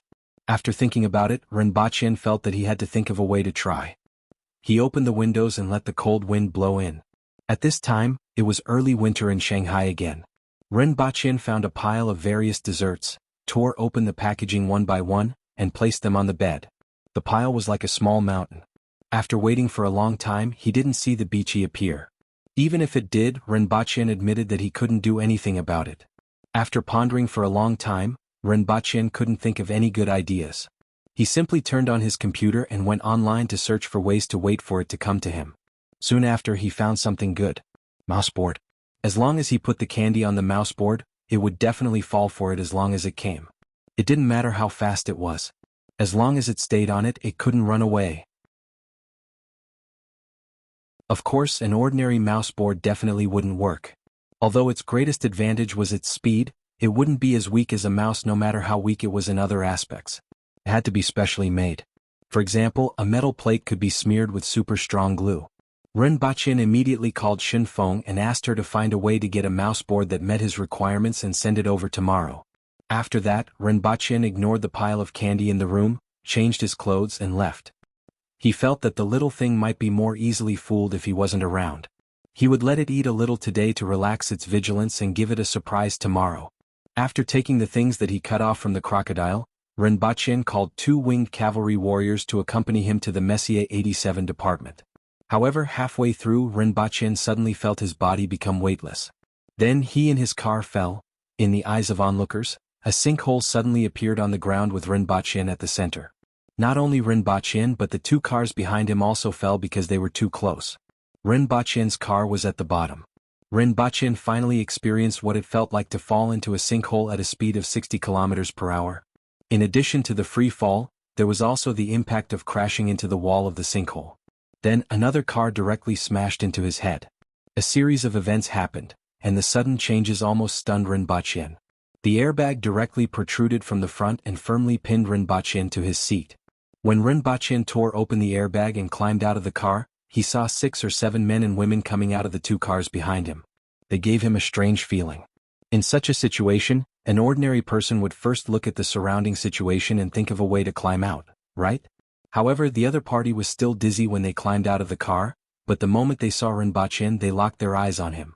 One of them covered his collar and said, "We have fallen into a sinkhole with the target. Please give us instructions." The voice was very soft, but with Rinpoche's extraordinary hearing, he could hear it clearly. The other party was coming for him.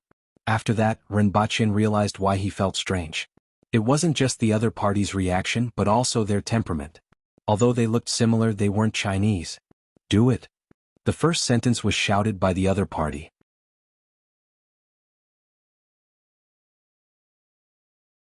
Chapter 7:12. Do it. Keep them alive. Following Rinpoche's words, a loud bang was heard. The deformed doors of the car that was squeezed at the very bottom flew out. 2 burly men in sportswear came out of the car with grins on their faces. The people opposite them looked cautious. One of them took out a palm-sized dagger from his waist and pointed it at the winged cavalry warriors. Looking at their reaction, Rinpoche felt like he was using an atomic bomb to kill mosquitoes. "After so much effort, you guys only took out these little things? Are you kidding me? These things can't even kill a chicken, right? At least they can't kill a chicken in Dayo." For people from the other side held daggers and surrounded the 2 winged cavalry warriors while the other 3 approached Rinpoche. "Don't kill them." Rinpoche warned the winged cavalry warriors again. Looking at the small daggers in their hands, he began to feel that he was making a fuss over nothing. However, the other party was indeed coming for him. This was true.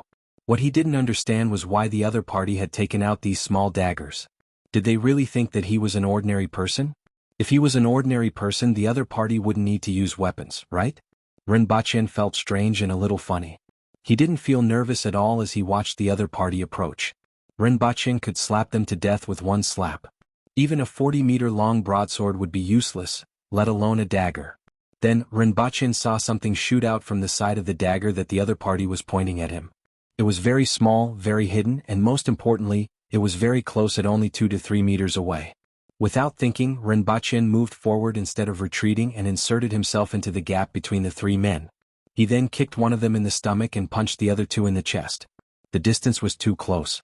Although he couldn't completely dodge them, he was able to prevent them from hitting his vital parts. The 3 of them didn't even have time to react before they spat out blood and slammed into the wall of the pit with horrified gazes, falling down limply. Rinpoche also felt a tingling sensation from his left shoulder and right rib. "It's actually a gun that looks like a dagger." Rinpoche immediately denied this idea. "No, it's not a gun." Rinpoche picked up a dagger from the ground and saw that there was something that looked like a trigger at the bottom of the dagger. It was just that he didn't notice it because the other party's finger had blocked it just now. On the side of the dagger's guard, there were 2 small holes. "What's this?" Rinpoche was a little puzzled as he held the dagger. What was this thing used for? He looked up at the other 2 sides and saw that the 2 winged cavalry warriors had also finished off their opponents. Although the opponent seemed to be holding a weapon, the lethality of the weapon was so low that it made one's hair stand on end, especially when it was in their hands. Rinpoche felt that they were playing house with him. At this moment, Rinpoche suddenly felt dizzy. "Oh no, it's a knockout drug. No, it's a tranquilizer gun." Rinpoche immediately reacted. "Fortunately, I brought 2 winged cavalry warriors with me." Just as this thought popped up in his mind, he heard someone beside him say, Strange, why do I feel a little dizzy? What a coincidence. I'm a little dizzy too. The last time I felt this way was when someone hit me in the head with a stick. I haven't felt this way in a long time. The two of them chatted and exchanged their thoughts. Rinpoche was speechless. This bunch of idiots is unreliable. Rinpoche was almost angered to death by the two of them. He could only rely on himself now. Should I go up and wait for help or return to the car? Logically speaking, the people from the Messier 87 department should be behind him, right? However, it had been a few minutes since the accident, and the people from the Messier 87 department hadn't shown up yet. Since the other party dared to make a move, he was afraid that the people from the Messier 87 department were being held up. At the thought of this, Rinpoche immediately felt that it would be safer to return to the car. As long as the people from the Messier 87 department came, he would be safe. Although he felt dizzy, many thoughts flashed through his mind in an instant. However, when he returned to the side of the car, his body couldn't take it anymore. He only managed to stretch his upper body into the car before passing out. He didn't know that this tranquilizer gun could even put an elephant to sleep for 3 hours. No one had ever been able to last more than 5 seconds. They usually passed out after 1 to 3 seconds. However, he lasted for nearly a minute. After another 2 minutes, a car arrived at the scene. 3 people got out of the car and jumped into the pit. At this time, there were already 5 or 6 cars parked around and talking on the phone. However, these 3 people didn't pay any attention to the situation in the pit. They looked surprised, especially the 7 men who were spitting blood and lying limply on the ground. What about them? One of them asked hesitantly. When they rushed over, they didn't expect such a situation at all. This is an important matter. The target is more important, another person said. Take the target away. Let's go. The 3 of them pulled Rinpoche out of the car, dragged him to the road and stuffed him into the car before driving off. Meanwhile, the 5 or 6 cars were still calling the police. Now, not only had an accident occurred, but it had also become a kidnapping case. In any case, the target is in our hands. As for them, let's wait for the higher-ups to think of a way to exchange them. After getting into the car, one of them sighed. The mission isn't over yet, so we can't let our guard down. We have to send him to the target location. They won't be able to hold on for long. Very soon the people from China will catch up. We're ready. Turn right at the intersection 600 meters ahead. There's a tow truck there. Put the car in and change to another one. There aren't any surveillance cameras there, so we should be able to delay them for some time. Hopefully this will last longer. After saying that, the man angrily said, "Damn China, there are surveillance cameras everywhere." Then he suddenly felt weightless. Before he could react, there was a strong impact. By the time the 3 of them climbed out of the car in a daze, they found themselves in a pit. Damn China's roads. Aren't they construction maniacs? Why is the quality of their roads so poor? This is their most prosperous city. Yet there are pits everywhere. One of them cursed angrily. This mission was simply driving them crazy. Halfway through tracking, they fell into a pit and went from tracking to kidnapping. However, when they kidnapped the target, they thought that they had to worry about the other party's pursuers. In the end, the other party didn't come and they fell into a pit again. Moreover, it was a pit that suddenly appeared. "Governor, you go and stop the car. Gatlin, you and I will drag them up." Another person frowned and tried to get out of the situation. The most important thing now was to deal with the pursuers. As for the damned quality of China's roads, it was none of their business. A moment later, the 3 of them dragged Rinpoche into a polo that they had just stolen. "Thank you, China. There are people and cars everywhere," the strong man who was addressed as the governor said in relief. "If we were in other countries, we might not even see a passing car for half an hour." "All right, although there was an accident, the intersection is just ahead. I can see it. Hopefully everything will go smoothly." Before he finished speaking, they felt the familiar sense of weightlessness, and the familiar impact. "I will never use things from China again." Gatlin roared angrily with his head bleeding. It was still the same familiar surroundings and the same big pit. "It's not far. Carry him," the leader ordered. The 3 of them carried Rinpoche and ran wildly until they reached the intersection. "Be careful." Gatlin suddenly roared and leaped to the side while dragging Rinpoche. The heart-wrenching sound of tires rubbing against the ground, the wind blowing past their faces, and the sudden splash of flesh and blood could be heard.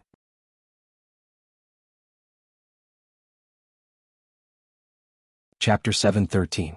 Governor. Gatlin's eyes were wide open, and his face was filled with pain. He had been on so many missions and survived no matter how dangerous the situation was. He didn't expect to die like this in China, being hit by a car that went out of control. After the car killed the governor, it smashed through the wall next to it and crashed into another building before stopping. This also confirmed that it was indeed a car that went out of control. The ear-piercing screeching sound at the beginning and the route that the car took proved this point. The other man's eyes flashed with sorrow. "Let's go, Governor." Gatling looked ferocious. "We can't care anymore," the other man growled at him. "Don't forget what we are here for. Now that the target is in our hands, we must send him away to complete our mission." Gatling gritted his teeth and quickly calmed down. The two men carried Rinpoche and continued to rush to the predetermined location. They braced themselves and kept an eye on their surroundings, fearing that something would go wrong again. Too many things had happened during this short journey today. It made them wonder if they had been abandoned by God. They hoped that God would bless them and that nothing would go wrong for the rest of the journey. However, Gatling suddenly fell to the ground when he was 50 meters away from the destination. Rinpoche's head fell to the ground along with him. "Gatling." The other man was shocked. "I sprained my ankle." Gatling got up from the ground with a bitter look on his face. He tried to land on his feet but the pain made him break out in a cold sweat. However, he still stood there steadily. "Can you make it on one leg?" the other man said as he carried Rinpoche on his back.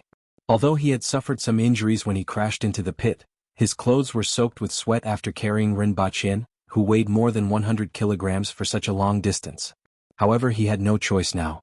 Even if it meant death, he had to send the target to the predetermined location. Fortunately, there were no problems during the last few dozen meters.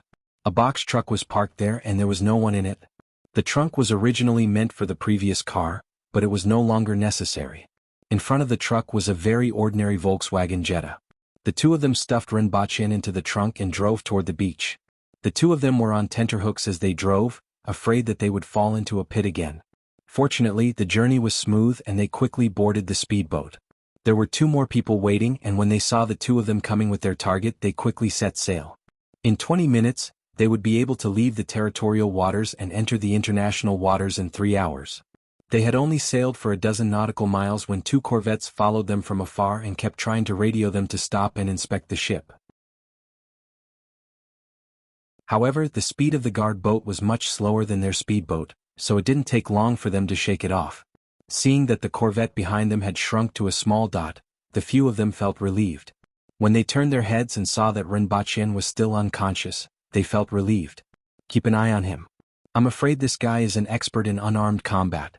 The 7 people at the scene were all seriously injured, and 3 of them were probably injured by him. Moreover, they were under the effect of anesthesia. He probably knocked them down in an instant. "If he wakes up, the speedboat is so narrow, and the few of us may not be his match," the man who brought Rinpoche all the way said.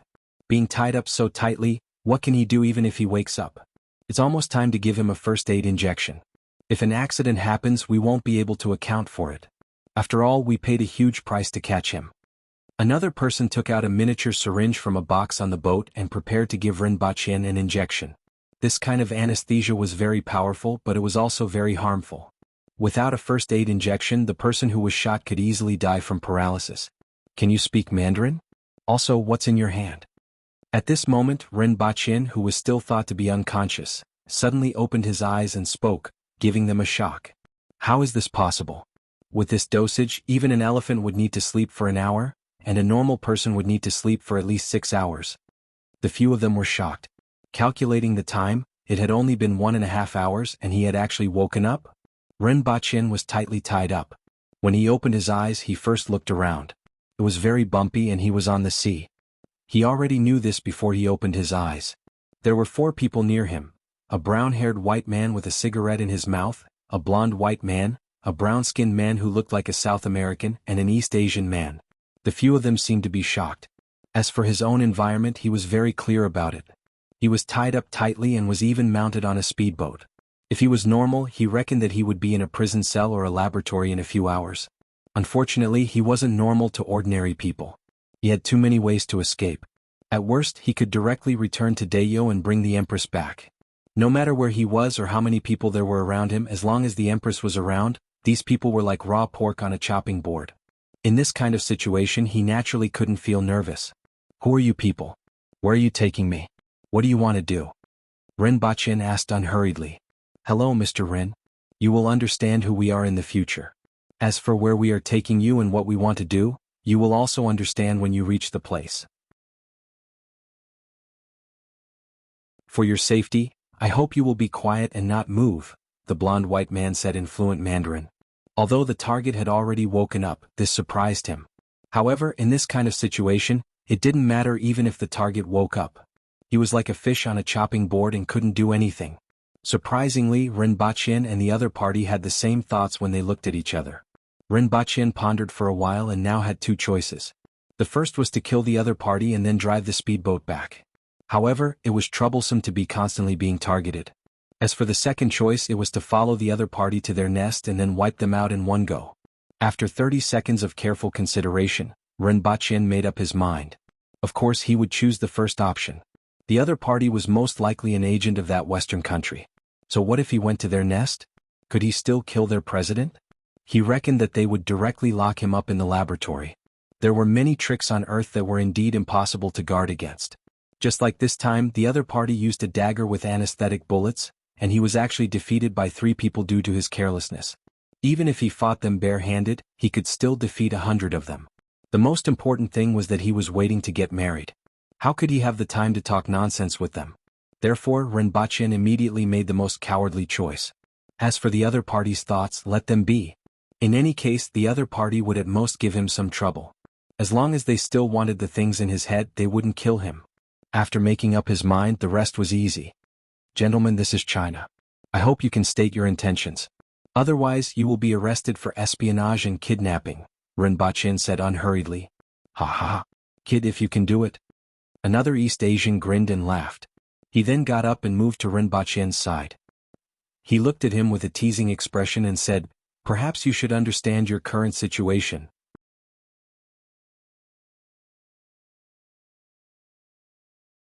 Chapter 7:14.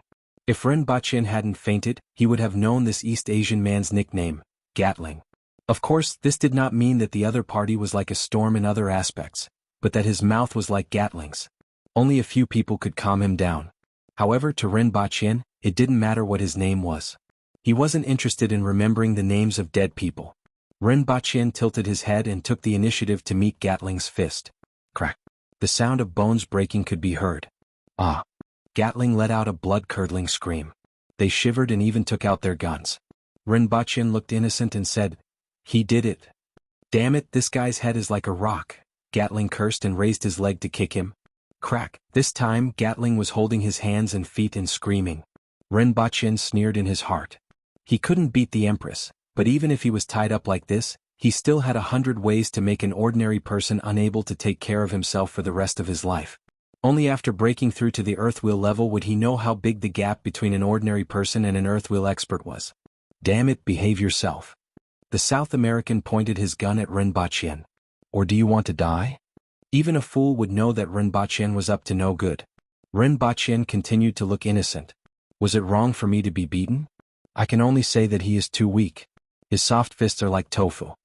Not only him but all of you are the same. Why did you choose such a person? Do you want me to introduce 2 experts to you? Shut up. Did I tell you to behave yourself?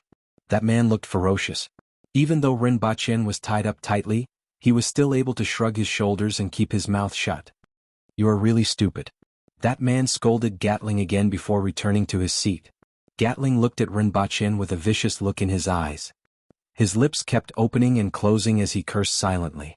If the higher-ups didn't want him alive, he would have killed this bastard right now. Don't be provoked by him. He is our mission target. As long as we send him to the destination, our mission will be completed, the blond man said. As soon as he said that, a dolphin suddenly jumped up from the bow and collided with the speedboat. The dolphin was sent flying before it could even let out a cry. In fact, because many fishermen would feed the dolphins, they would often chase after the fishing boats to play, and getting hit by them would also happen. However, it was still frightening for it to suddenly jump out and collide with the speedboat. The ship also shook violently, swaying from side to side and almost overturning. Gatlin, who was sitting on the side with one hand and one foot, screamed and was directly thrown out. Damn dolphins. The brown-haired man cursed as he turned the speedboat around and returned to the struggling Gatlin. Catch. The South American man tied a life buoy with a rope and threw it to the side of the Gatling. Rinpoche saw that the South American man had his back facing him, the brown-haired man was steering the speedboat, and only the golden-haired man was looking at him. He immediately knew that his opportunity had come. Out of the 4 people just now, at least 3 of them were able to pull out their guns immediately. If he killed one with his golden spear, the others would turn him into a sieve. Golden spear. Rinpoche looked at the golden-haired man and called out in his mind. Then a spearhead emerged from Rinpoche's head. Rinpoche looked like a calabash.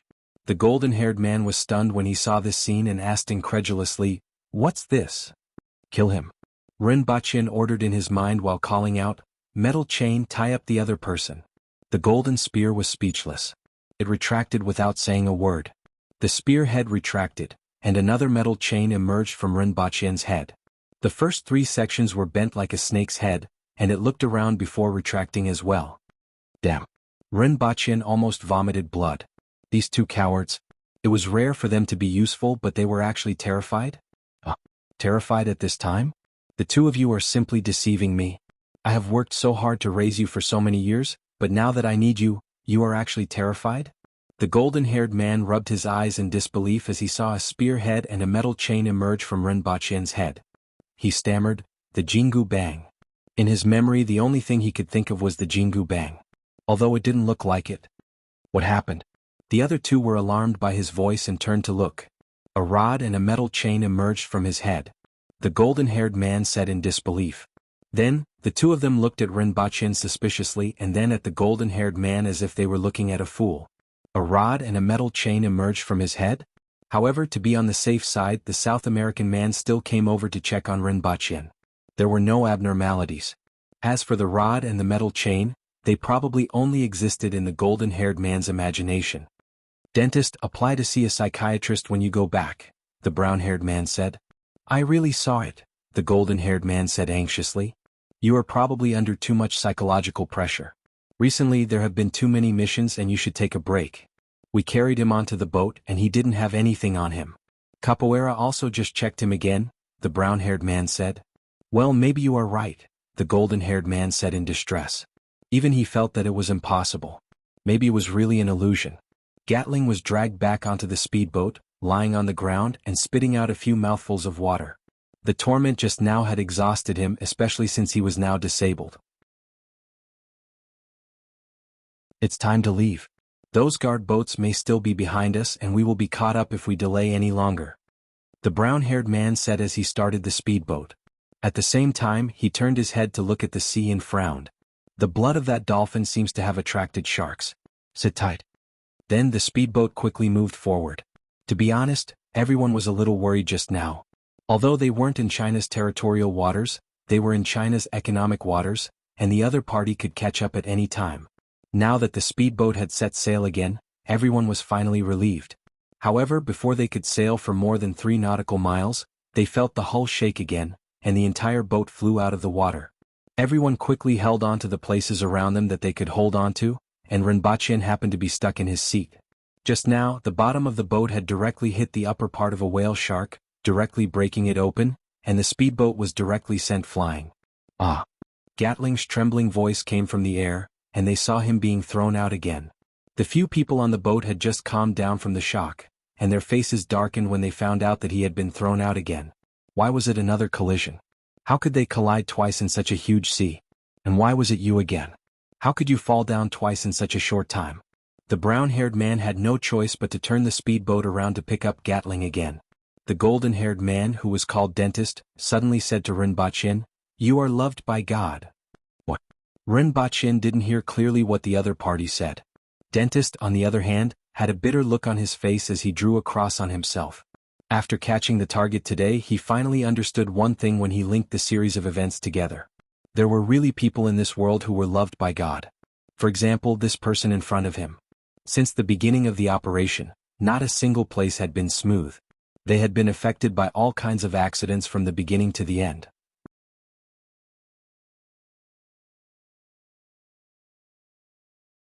Chapter 7:15. If there were any enemies in the world that were the most difficult to deal with, it would be those whose God was always on their side.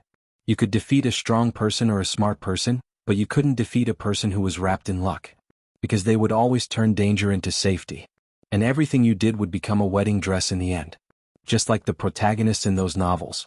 That was what Dentist was feeling now. Ever since he caught the target, luck seemed to have turned away from them, and bad luck came one after another. This made him a little afraid.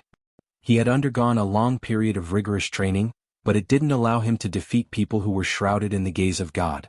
What nonsense are you talking about?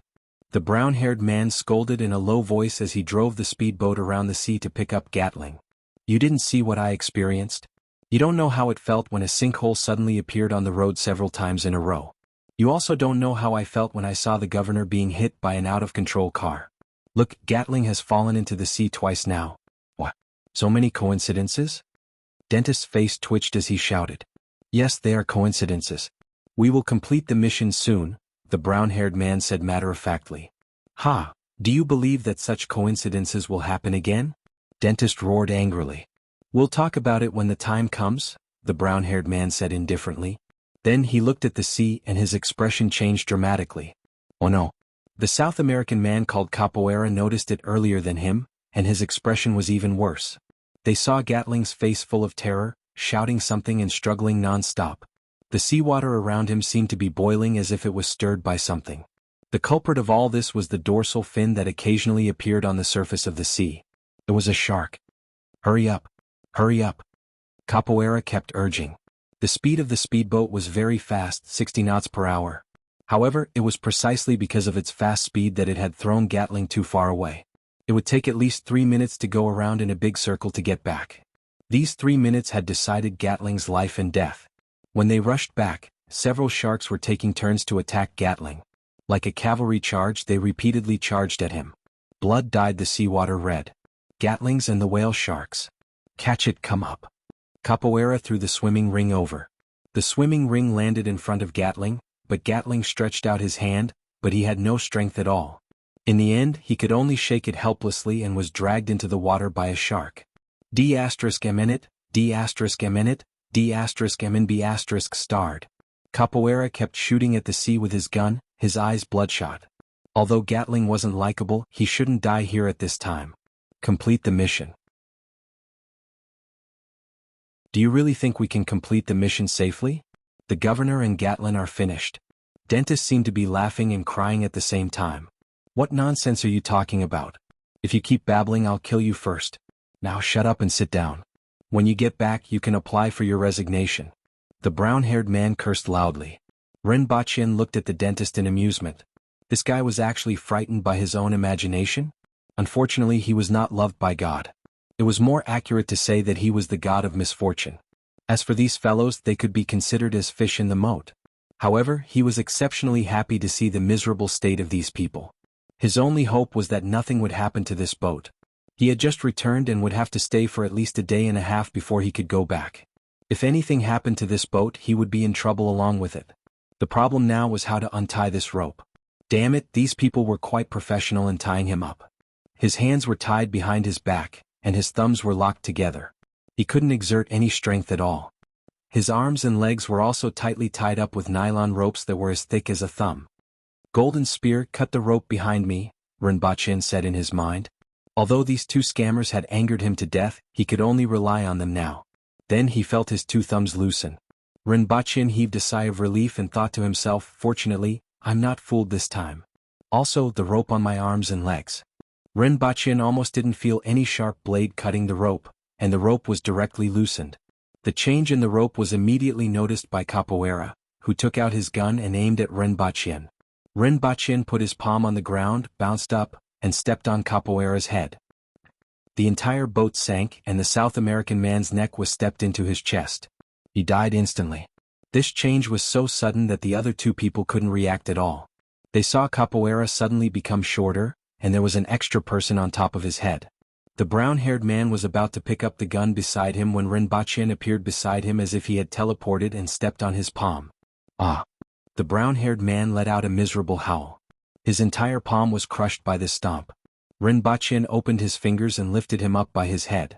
With a friendly smile, he said, "As long as I use a little more force, your head will crack like an egg." Bang. So, you better be quiet just like him. Isn't that good? Ever since Ren Baqin had launched an attack, Dentist had reached out for his gun but quickly retracted his hand. The other party was too fast. It was hard to believe that humans could be so fast. He didn't even see the other party's shadow before he suddenly appeared on top of Capoeira's head. He even suspected that the other party knew some kind of magic. Dentist was very sure that he couldn't draw his gun as fast as the other party. Furthermore, the other party was someone who was loved by God. Gatling's fate was already clear.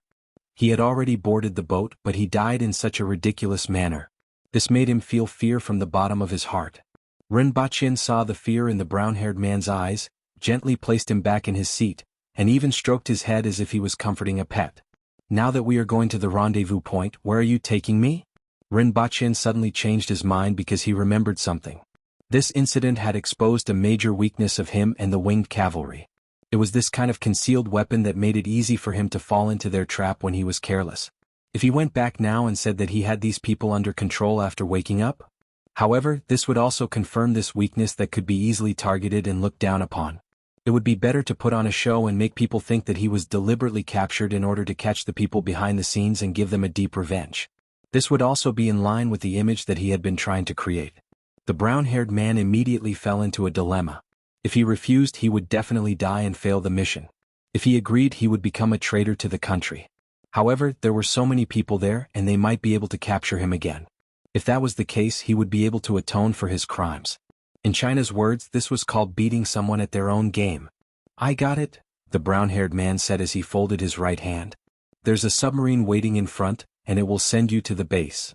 Well, I like obedient children. Ren Baqin smiled, threw all the weapons on the boat into the sea, and then sat in his seat to enjoy the sea breeze. Base? That base in Japan, right? On the other side, the Messier 87 was in chaos. Ren Baqin had been captured? Even Yang Sen couldn't believe it. They were obviously so powerful, but they were actually knocked out by a few tranquilizer bombs? This was simply shocking. We must rescue him. At any cost. Yang Sen gritted his teeth. No matter what, he couldn't let Ren Baqin fall into the enemy's hands. He first called the higher-ups, and the instructions he received were the same as his own. Then he quickly arranged his men. The most important thing was where Ren Baqin would be sent to. Contact Shen Feng and inform the cavemen in the villa. Although these people are like a group of primitive lunatics, they can still use force at times like this. The people from the Blessed Enclave were referred to as cavemen for short. In private, many people directly called them cavemen. After a while, the villa was in an uproar. The lady boss had actually been captured? If Her Majesty knew about this, there would definitely be a big problem. They didn't forget that Her Majesty had brought the lady boss all the way to Great Xia. They had to snatch the lady boss back. Who did it? Kill them. Kill them. Where's my knife? Take out all your knives.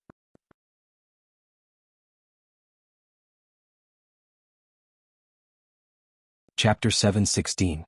Where is the lady boss? A group of people donned their leather armor and wielded their sabers. Their murderous intent soared to the sky. If something happened to the lady boss, even if the Empress didn't skin them alive, they wouldn't have the face to stay any longer. Let's wait. That girl just called to say that she is investigating the whereabouts of the lady boss and will let us know once she finds out. Su Wei sat on the sofa, propped his saber on the ground, and stroked the scabbard with one hand. Speaking of which, I haven't seen blood in a long time. My saber has been thirsty for blood for a long time. We are the best at killing generals, capturing flags, and killing entire families. Those people are too weak to save the lady boss, Xionging said. He had followed them to the Southern Dynasty to look for the two missing people and had underestimated the combat power of the Messier 87 department. Logically speaking, the lady boss's strength should be sufficient now. Although they haven't fought before, there shouldn't be anyone in this country who can beat him, right? I watched those combat competitions on TV, and all of them were as soft as the women of Great Xia. How could the lady boss be captured? Even if they had guns, they wouldn't be able to do anything to her. Shi Tong and Jiang Yuanshan accompanied the lady boss out. Where are they? They seem to be fine. They are now at the Messier 87 department. We will only know the details after seeing them, Su Wei said. The group of people chatted for a while and then stopped talking, waiting for news. They closed their eyes and rested, preparing for the upcoming battle. The winged cavalry had seen many life and death battles and were used to conserving their energy before a battle. Shen Feng didn't notice anything wrong when she walked out of the door. As she pushed open the door and walked in, 10 men who were sitting lazily with their eyes closed suddenly opened their eyes. The room seemed to be illuminated and everyone's eyes revealed a cold glint. They gave her the feeling of 10 ferocious beasts ready to hunt, and they were even more terrifying than ferocious beasts. They had completely lost their original carefree look. Shen Feng subconsciously arched her body and leaped backward. She then realized that this was a conditioned reflex, and these people wouldn't attack her. "Where is the lady boss?" Su Wei asked Shen Feng, who had retreated and returned. "A department called the Messier 87 informed me, but I'm not sure about the details. But before I came here I called them again. They are still looking for the whereabouts of the lady boss. If there is any news they will inform me immediately, so I also came here to wait." Hearing this, everyone closed their eyes again. "What are you guys wearing leather armor for? Performing in an opera? Wearing this on the street, it's almost as if you're going to cause trouble," Shen Feng said as she looked at them. Everyone pondered for a while and realized that they weren't in Dayo or going to war. Although he had only killed people in his life and had never saved anyone, his cerebellum thought that it was not suitable to wear these things on the streets. Everyone obediently went back and changed into their sportswear. However, they still held their long sabers in their hands. Everyone silently stroked the scabbard or rested. Shen Feng could no longer stay in this atmosphere for 5 minutes. It was too depressing. It wasn't the kind of oppressive feeling when no one spoke. Instead, it was as if the air had been sealed, making it difficult for people to even breathe. It was like being surrounded by a pack of wolves. After waiting for 3 hours, they finally got the news they wanted. The satellite found the speedboat. They also saw Rinpoche being brought onto a submarine. To be able to send such an agent and have a submarine in this location, even if they couldn't detect the submarine's movements, they could still guess where they were going. This was because that was the only place where submarines could dock. It was also the country's largest naval base in the western Pacific Ocean. After getting the exact news, Yang Sen hesitated for a moment because there were tens of thousands of Navy soldiers there. However, Rinpoche's matter was too important to fail. He wouldn't hesitate even if he had to make a scene. For this reason, he also pulled over a dozen experts trained by the military from that base. They were all man-wheel experts. Although they weren't as terrifying as the cavemen, they were more suitable for infiltration and combat with firearms. At this time, Rinpoche was on his first submarine trip in his life. Although he was locked in the cabin with the brown-haired man and the dentist, he was still in the dark. Rinpoche was prepared to make a scene at the other party's base before slipping back to Dayo. With his current strength, as long as he wasn't surrounded by people in an open space, he would still be safe. At most, he would find a place to hide for a day or two and then directly return to Dayo. In any case, he would cause trouble for the other party. In this way, the matter of him being knocked over by a tranquilizer gun could be said to be intentional. In any case, he would be able to regain some face. Wasn't it because of the Empress's strength that the nation had always treated him and the Empress with respect? In the end, he was knocked over by a tranquilizer gun. He was afraid that he would be looked down upon. Rinpoche had always believed in one thing, and that was to keep his fangs outside. This would save him a lot of trouble. If he was looked down upon, there would be a lot of trouble in the future. In the face of the nation's size, it was very likely that he would really become a pig. Both Rinpoche and the brown-haired man had their own plans. If they couldn't even take down one target with so many people in the base, it would simply be a joke. Both parties had their own plans, but they had forgotten that things didn't always go their way. Especially when Rinpoche was currently favored by a certain sh*T stirrer. After traveling for less than 2 hours, the submarine began to stop. The dentist went out of the cabin to inquire and found out that the propeller was actually entangled in a fishing net. They had to surface to clear the fishing net from the propeller. Upon hearing this news, the dentist went into the cabin and looked at Rinpoche with a complicated gaze. He then lowered his head and remained silent. Sure enough, it was another accident. What would be the next accident? When would it happen? The dentist silently drew a cross on his forehead and chest. The second accident came very quickly. When the submarine urgently floated to the surface, everyone suddenly felt the submarine violently shake as if it had collided with something. Rinpoche's heart suddenly skipped a beat. If there was a problem with the submarine, he could only kill everyone in the submarine and fight for enough oxygen to last for a day and a half. However, he didn't know that the electrolytic oxygen production equipment and the oxygen in the liquid oxygen tank were enough for everyone on the submarine to survive for 3 months. If that really happened, it could only be said that these people were unlucky. Fortunately, that didn't happen, and the submarine safely returned to the surface. The dentist went out to inquire and brought back a few pieces of information. First, the submarine's sonar system had also malfunctioned. After that, when it surfaced, it didn't discover a fishing boat from Japan. Originally, it was thought that the thing entangled in the propeller was an abandoned fishing net floating in the sea. This kind of situation would occasionally happen. Now, it seemed like this wasn't the case at all. Second, the fishing boat had capsized, and dozens of people had fallen into the sea. Currently, the soldiers on the submarine were inspecting the submarine and participating in the rescue. Third, this submarine probably couldn't dive anymore. They were contacting other ships to pick up these people. The dentist kept looking at Ren Baqin as he reported these few pieces of information. Sure enough, there was another accident. If he could, he really wanted to give up this mission and escape immediately. The further he got from that person, the better. Even the brown-haired man had an incredulous look in his eyes. There were actually consecutive accidents. There was an accident with the car, an accident with the speedboat, and now there was an accident with the submarine. Was this person really loved by God?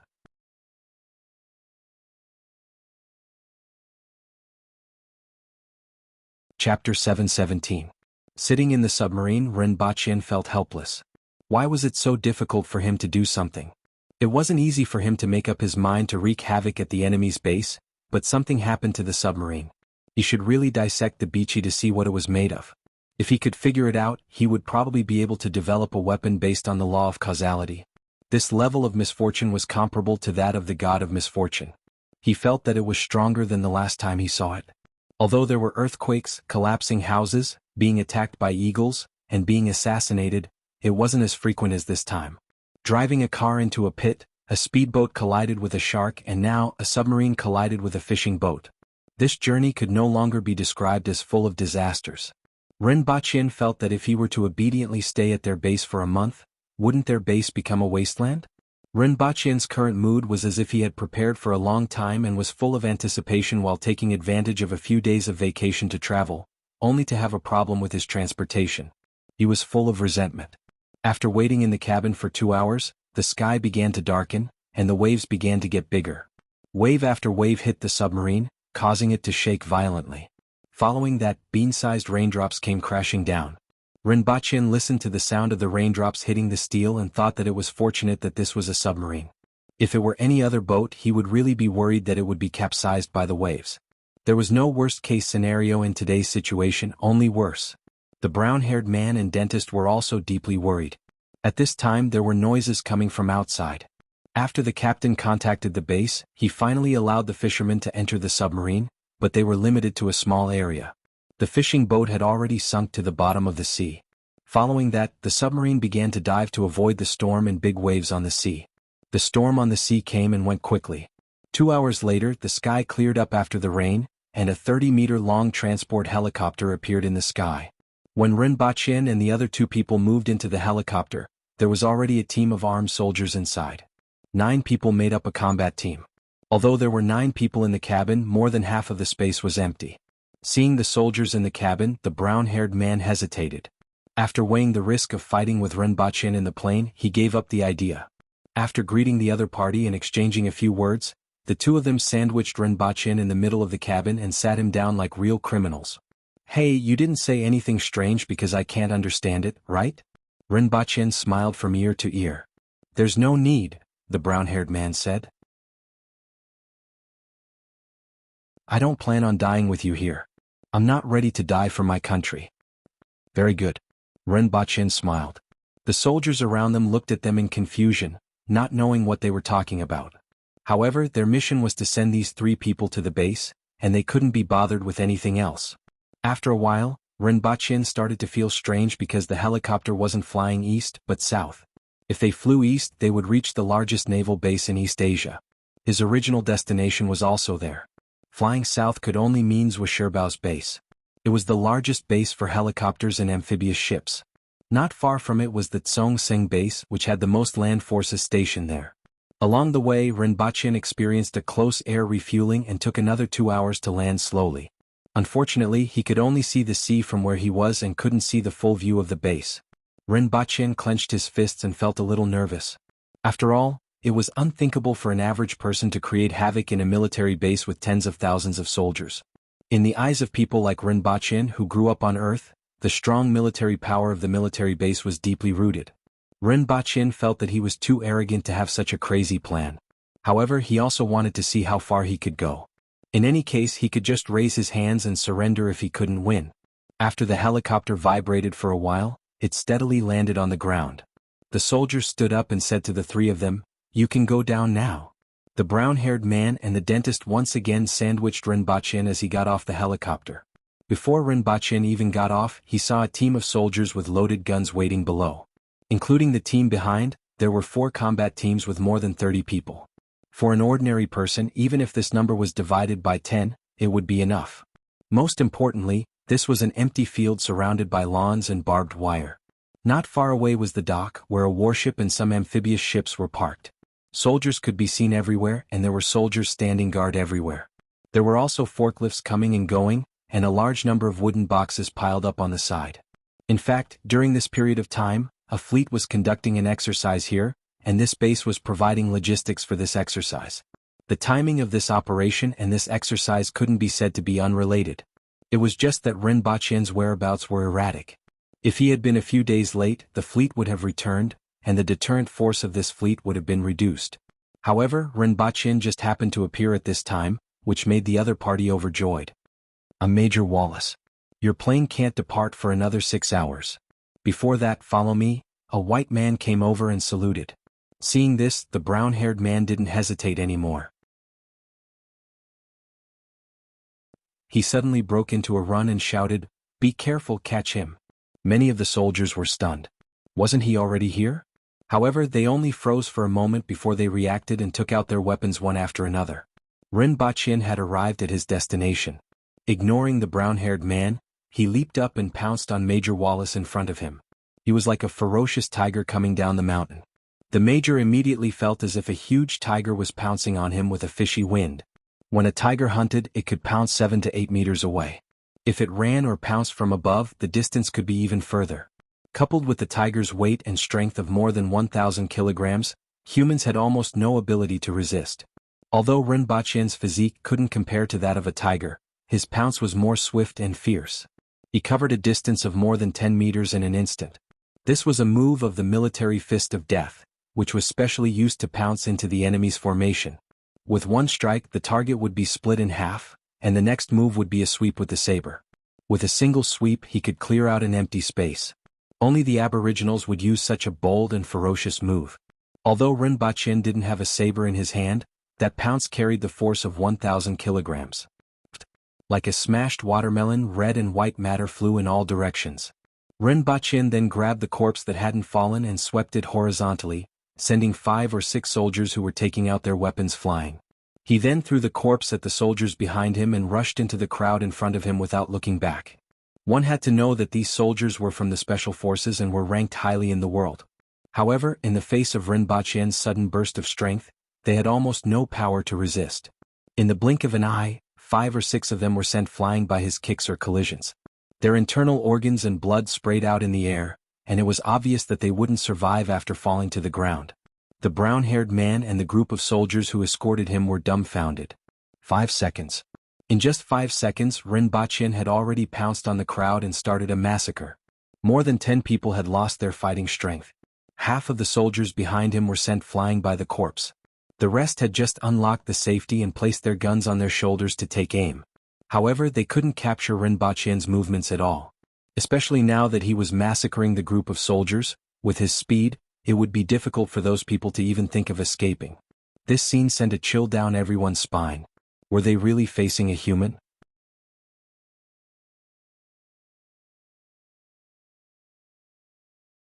Chapter 7:18. Ren Baqin charged into the crowd and started a massacre. In the blink of an eye, half of the people around him had been cleared. Ren Baqin didn't delay any further. After all, this place was too spacious. If they reacted, it would be difficult for him to dodge with so many soldiers and guns. In the past, he used to use anti-aircraft machine guns to deal with the experts from Great Xia. Now, it was the other way around. Their positions had swapped and the other party was pointing their guns at him. After clearing half of the people, Ren Baqin dashed toward a building in the distance at high speed. Immediately, gunshots rang out behind him. Ren Baqin felt a chill on his back even before the gunshots rang out. He knew that he was being aimed at. He kept changing his position, using the wooden planks and boxes to block the enemy's shooting trajectory, or simply moving in a snake-like manner. Ren Baqin's movements were too fast. In the blink of an eye, he had already dashed 200 to 300 meters away. Those soldiers only fired a few shots before losing sight of him. There were many people in the direction that Ren Baqin was running toward. If they were to fire again, the probability of hitting their own people would be much higher than hitting Ren Baqin. Following the gunshots, the soldiers who were going to and fro in the base were stunned. They had no idea what was going on. Even if they were beaten to death, they wouldn't believe that someone would kill someone in the military base. Furthermore, it was only one person. They could only hear the gunshots, but they didn't know what exactly happened. Many of them stopped what they were doing and stood there waiting for news. Some of the people who were closer looked in the direction of the gunshots. Only a few of them saw what happened in just a few seconds and were dumbstruck. They truly understood what it meant to rise and fall like a falcon. After Ren Baqin ran for 400 meters, he relaxed. The rifle's range was about this distance. From here to the interior of the base was about 2 kilometers. With his speed, it would take him less than 2 minutes to cover the distance. They definitely wouldn't be able to react in time. Once he entered the interior of the base, he wouldn't have anything to worry about in such a complicated situation. The first time he killed someone was during the Great Hunt against the consecrated expert from the Lien family. He had just advanced to the earth wheel level, but he was able to block his bullets with a saber. When facing Great Xia, the Great Xia generals could even block the bullets from his anti-aircraft guns with their sabers. After blocking for more than 10 seconds, the opponent's saber couldn't withstand the heavy load and broke into pieces. Only then was he beaten into a pile of minced meat. Some of the Great Xia practitioners used a pair of sabers to block the bullets from the anti-aircraft guns and were shot into the sky by Ren Baqin. From this, one could see the strength of an earth wheel expert. Whether it was his speed, reaction, or dynamic vision, he was no different from Superman. Although he had just attained the earth wheel level, his speed was not only faster than that of the Aboriginals, but it was also faster than most of the beginner earth wheel experts. This was his strongest suit. In the face of these armed soldiers, speed was far more important than strength. Moreover, his strength was enough to kill a person with one punch. It was also because of this that he made this crazy decision. As long as he wasn't surrounded by people shooting at him, there shouldn't be many who could threaten him. Along the way, many people looked in the direction of the gunshot, but they were dumbfounded to see a figure pass by them at an unimaginable speed. It was as if the distance was shortened in front of him. 100 meters, 2 seconds. 3,000 meters in 1 minute. A speed of 180 kilometers per hour. Before anyone could react, that figure had already appeared beside them from afar, and then disappeared without a trace.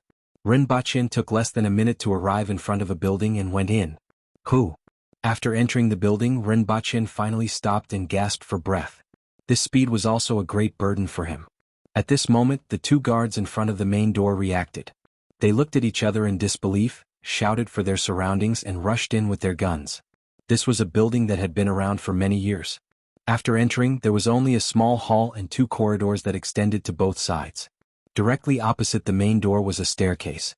At this moment, there was a white man holding a towel in the hall and looking at Ren Baqin in a daze. Just now, he seemed to have felt the wind, and then this person appeared in front of him. He was an Asian man.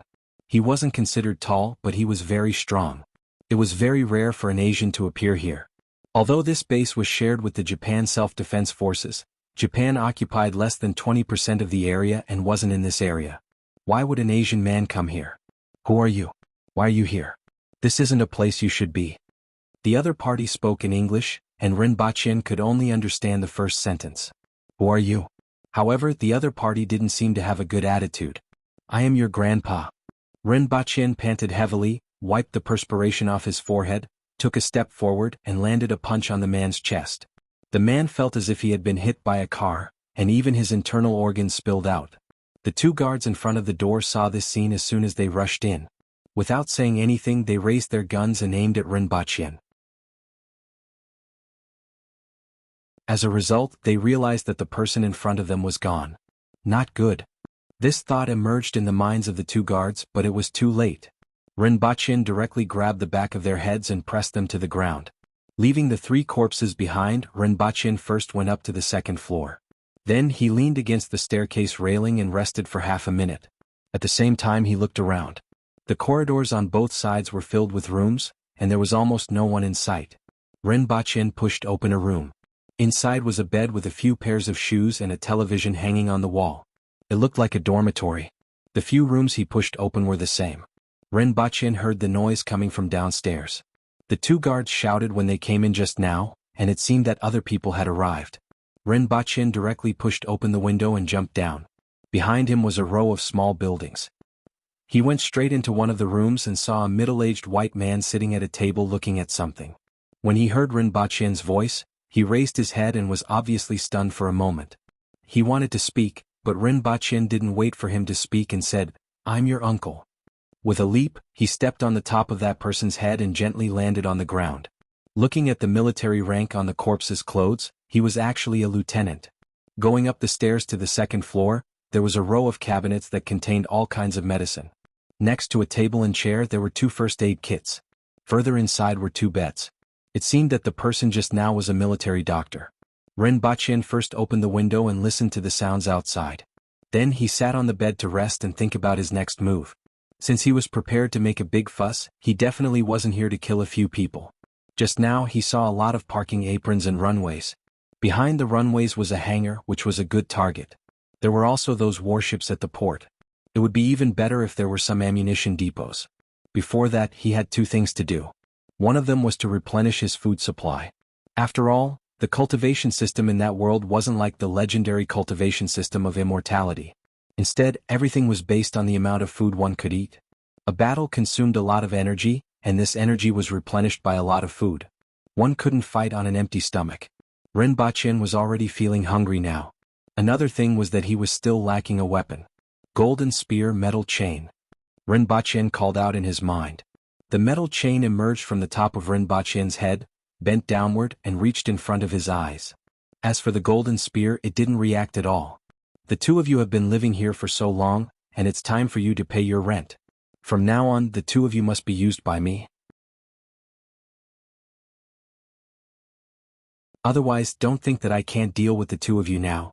Once I reach the spirit wheel level, I will send the 2 of you back to the furnace to be reforged and erase your consciousness. Then the 2 of you will cease to exist, Rinpoche said gloomily. At that time on the speedboat he was really angry. These 2 fellows had been living in his sea of knowledge for so long, but they weren't of any use at all. What was the point of keeping them? Following Rinpoche's gloomy words, the metal chain immediately trembled. As long as it had consciousness, it was most afraid of having its consciousness erased, which meant death.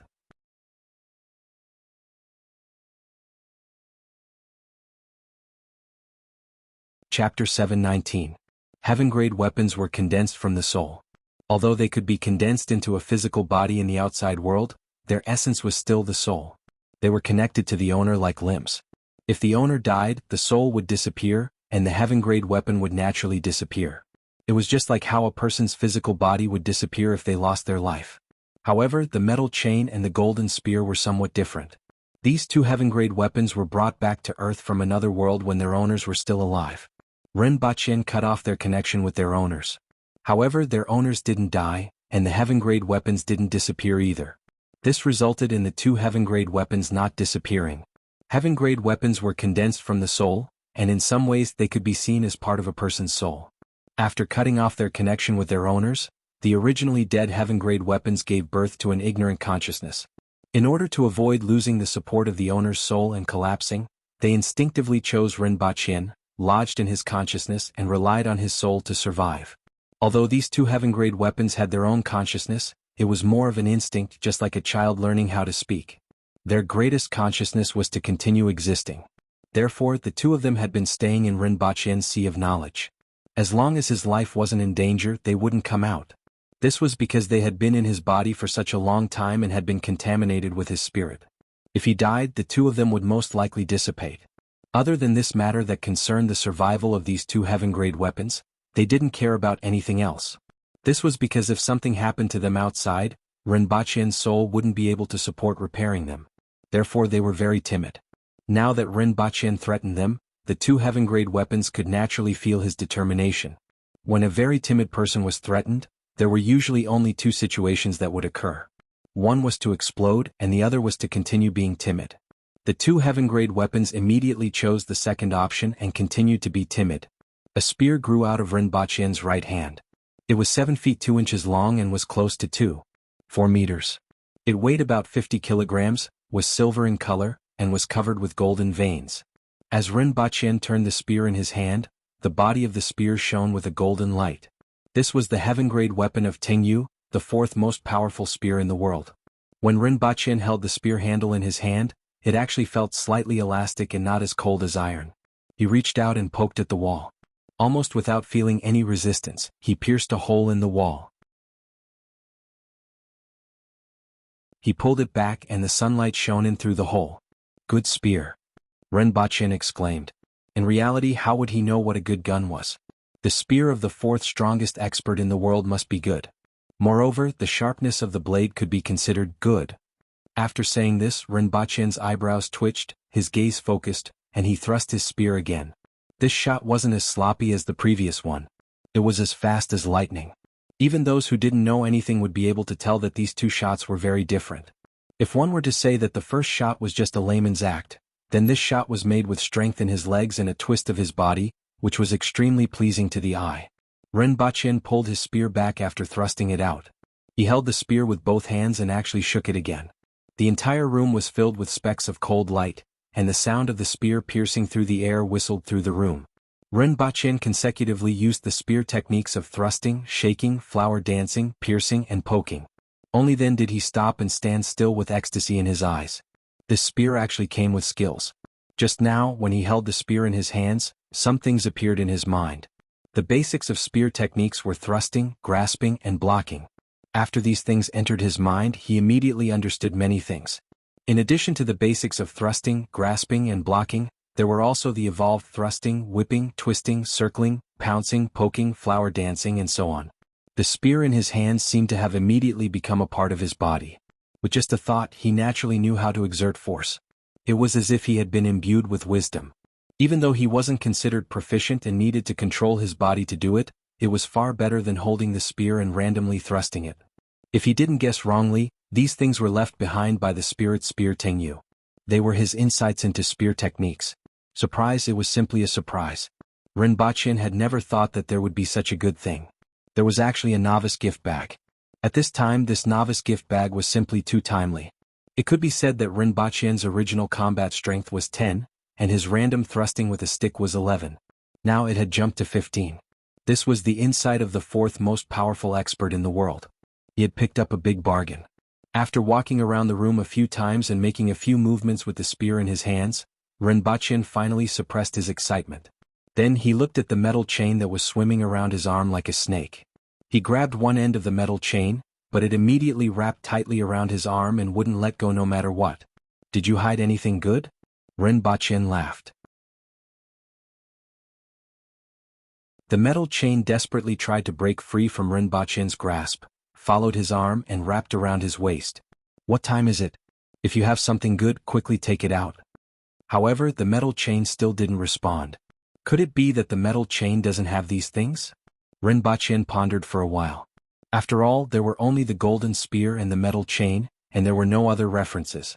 He also didn't know why the golden spear left these things behind, but the metal chain didn't. Rinpoche felt that there were two possibilities. First, Tingyu was too powerful. After all, he was the fourth most powerful expert in the world. Whether it was the strength of his spirit or his willpower, he was far superior to ordinary spirit will experts. Therefore, when he practiced the spear every day, some of his insights were left in the golden spear, forming an inextinguishable mark. Therefore, when the golden spear was in his hand, those insights were transmitted to his mind. After all, the essence of the golden spear was still the spirit, a part of Tingyu's spirit. Second, the usage of the metal chain was different from that of the golden spear. The golden spear was Tingyu's weapon. Whether it was practicing or fighting, the golden spear almost never left his hand and completely carried Tingyu's will.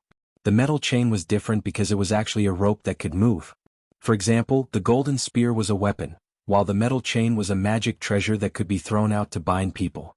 Therefore, there wasn't anything that could be carried on the golden spear. Rinpoche felt that both of these possibilities were possible, and both of them made sense. Unfortunately, there were only these two heaven-grade weapons and no previous cases to look for, so he didn't know if his guess was correct. However, no matter what, he had profited a lot. At this moment, an alarm sounded in the base, directly interrupting Rinpoche's thoughts. It seems that the entire base is going to be mobilized. It's time for me to change locations. Rinpoche leaned against the window and looked outside.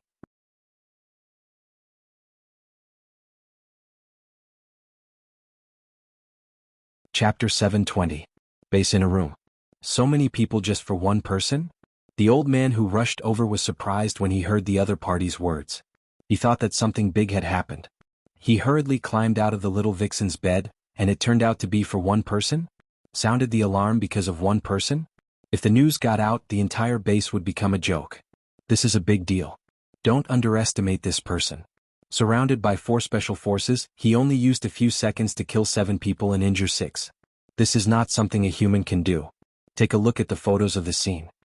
Another person turned on the computer, and there were a few photos of the scene that were uploaded to the computer. One of the people in the worst condition, even his head was missing. This was done with his bare hands. Before that, the other party was more than 10 meters away from him. Then, the other party rushed into the team behind him and killed another 6 people before anyone could fight back. All of them had multiple broken bones and ruptured internal organs. They died on the spot. It was like being hit by a truck. This was done by one person? The old man was a little surprised when he saw the picture on the computer. He could tell at a glance that it was a helipad. It was an open space without any shelter. In such a situation, he killed 7 people and seriously injured 6? He's very strong, much stronger than a heavyweight boxer. More importantly, he was fast. After doing so many things in a few seconds, he actually ran away at an incredible speed. According to the last footage of him, this speed was 100 meters in 2 seconds. Are you sure you're not joking with me? The old man was shocked. I also hope it's a joke. Look at this, it's a clip from the surveillance camera. The man opened another video file. At the 5-second mark, the old man focused on the image on the video. He saw 2 soldiers standing there looking in a certain direction. Then, when the time was up to 5 seconds, suddenly a figure rushed into the image and disappeared before he could react. Then, the man played the video in slow motion again and again. Only then did he gradually see the situation of the person running in the image. Because of the camera, the figure was very blurry and couldn't be seen clearly. But his eyebrows were already furrowed. He had already understood the problem. Who is this person? What the higher-ups want should be related to the biochemical experiments in China. I'm guessing he's a successful product. His strength, explosiveness, and speed were far beyond that of a normal person. If this was the progress of the Chinese biochemical experiments, then the situation was indeed very serious. This person was previously in charge of the CIA, and he needs to transfer here to return to his country. Now it's our job. I just spoke to Washington on the phone. He must be caught alive. As he spoke, the light on the communicator on the table lit up. After he pressed it, a voice came from the communicator. Sir, there's a new discovery. Lieutenant Kent in the back of dormitory block C was killed, and there are some problems with the wall on the 2nd floor. The enemy might have a weapon we don't know about. I've already asked someone to send you the pictures. At this moment, Rinpoche was eating raw beef in the kitchen. He didn't have much time. He had been seen outside just now. Although he had killed the other party, the corpse would soon be discovered. He forcefully stuffed 1 kilogram of raw beef into his stomach to make his stomach feel better. Rinpoche found something to wrap another 20 kilograms of raw beef before jumping out of the window. 3 soldiers were searching with their guns when they suddenly saw someone jump out of the rear window of the restaurant about 30 meters away. The 3 of them immediately stopped and raised their guns. At the same time they said, SEAL Team 6, Group 3 found the target. The coordinates are, da. As soon as Rinpoche landed on the ground, he pounced on the 3 like a cheetah. Faced with Rinpoche's speed, the other party didn't even have time to speak and immediately opened fire. Ding ding ding. A gold and silver rod suddenly appeared in Rinpoche's hand and shielded his body. A series of bullets hit the golden spear. Godly spear. Rinpoche suddenly twisted his body to dodge a few bullets and threw the spear in his hand. Like a gold and silver lightning bolt, it directly pierced through one of the soldiers. The other 2 were sweating profusely and couldn't care less about their companion's life. Rinpoche's speed was too fast. He continuously changed his figure on the ground and closed in on them like a phantom. Damn it, he's not human at all. One of them looked at Rinpoche, who was getting closer and closer with a face full of fear. Using a rod to block bullets? He can even dodge bullets? Damn it. Where did that rod come from? At this moment, a metal chain grew out of Ren Baqian's hand. In an instant, it grew by 10 meters and wrapped around the neck of one of the soldiers. Gotcha. That person's neck was immediately broken. Ren Baqian leaped and landed behind the other party. After the metal chain broke the first person's neck, it followed Ren Baqian's movements and wrapped around the last person's neck. After killing all three of them, Ren Baqian walked to the bodies of the three and rummaged through them. He originally wanted to see if there were any grenades or flash grenades, but the other party only had guns, ammunition, and a military knife. If it was in the past, he would naturally take the other party's gun for granted. However, in the current situation, it was more of a burden to hold on to it. As long as he used it, his position would be exposed, so it was more convenient to use the golden spear and metal chain. Ren Baqian turned around to pick up the golden spear. When it fell into his hand, the golden spear trembled incessantly. It seemed to be very angry at Ren Baqian for throwing it out just now. However, Ren Baqian didn't care. Just as he walked to the corner of a building, he suddenly stopped. He heard footsteps and 6 people were jogging over from the other end of the corner. They were about 11 to 12 meters away. 1, 2, 3, Ren Baqian counted in his heart. When the other party was about to reach the corner, he suddenly rushed out and pierced the person in front with the golden spear in his hand. Ren Baqian pulled out the golden spear and shook it to produce 3 cold stars. The heads of the 3 people closest to him immediately had holes in them. The last 2 people were already staring at Ren Baqian in fear. Ren Baqian immediately grabbed a corpse and used it to block in front of him. Da-da-da. A silver snake stretched out from Ren Baqian's hand again and directly broke the neck of a person 6 meters away. Ren Baqian carried the corpse and rushed to the front of the last person and pulled out his spear. The gunshot stopped. The other party was a young man in his early 20s. He looked Asian and still had a little immaturity on his face. The tip of the spear was pressed against his neck. His head kept breaking out in cold sweat, and his face was full of fear. Ren Baqian stuck his head out from behind the corpse and looked at the other party. Where's the headquarters? Don Tikal. That young man had a look of despair on his face. Ren Baqian exerted a little force in his hand, and blood spurted out from the other party's throat.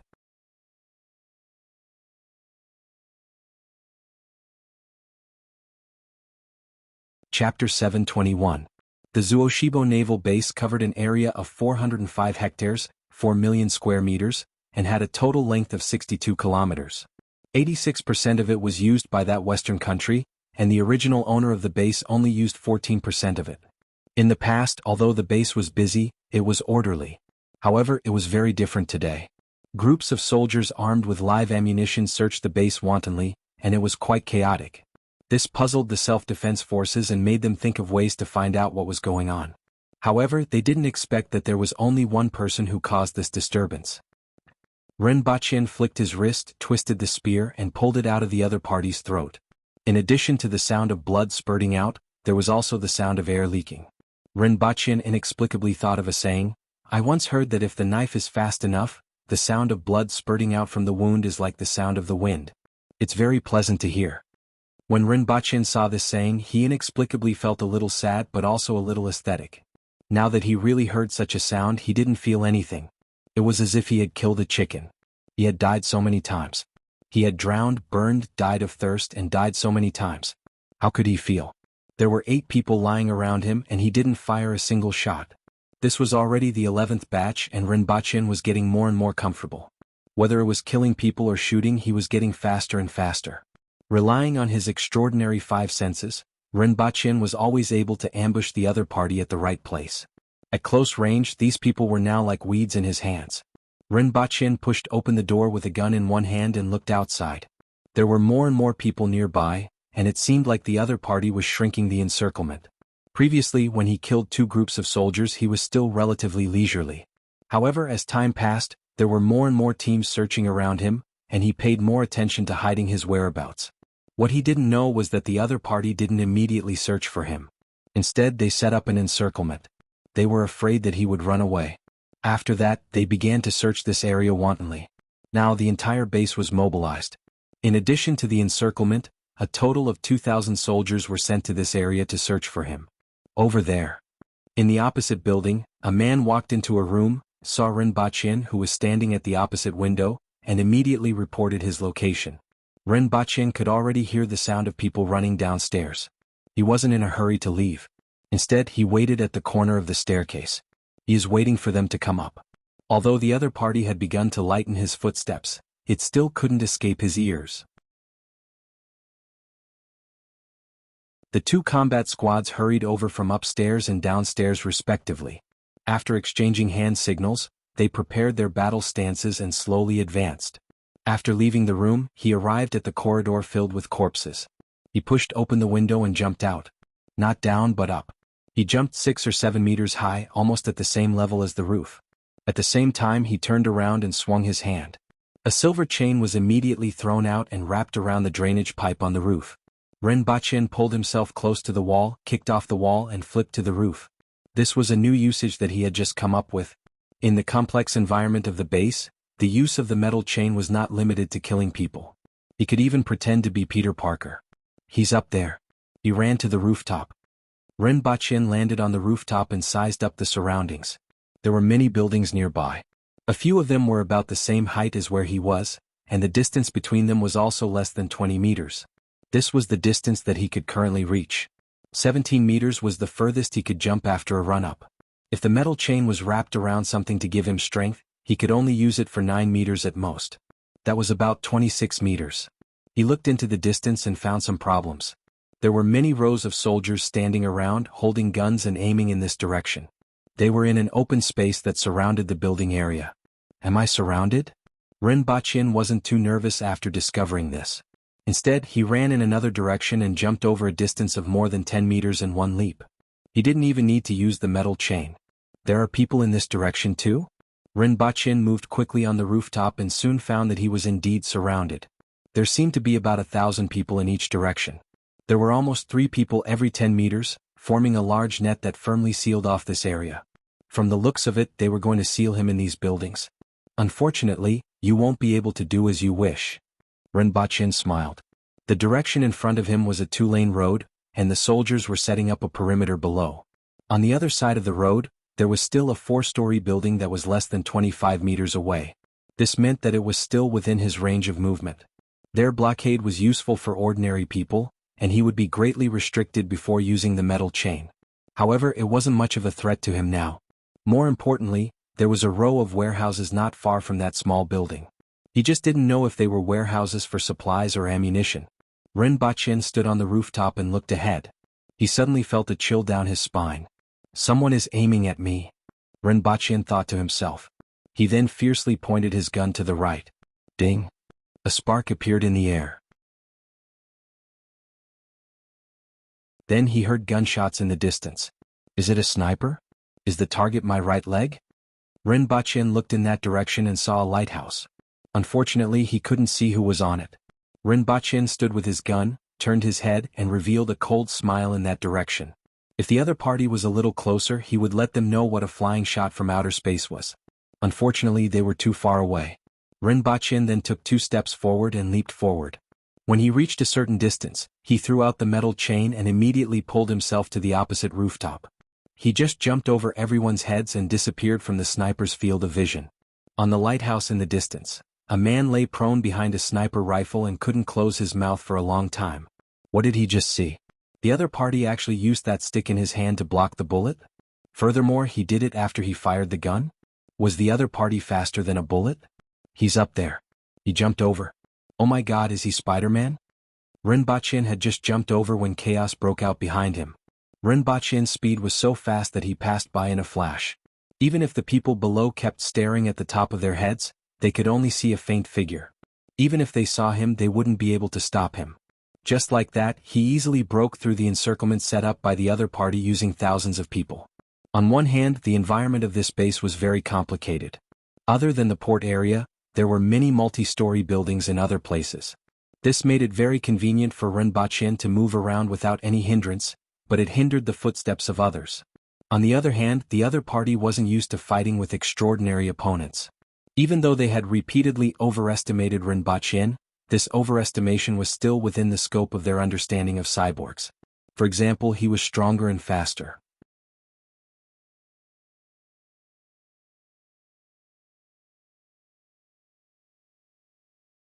Chapter 722. Damn it.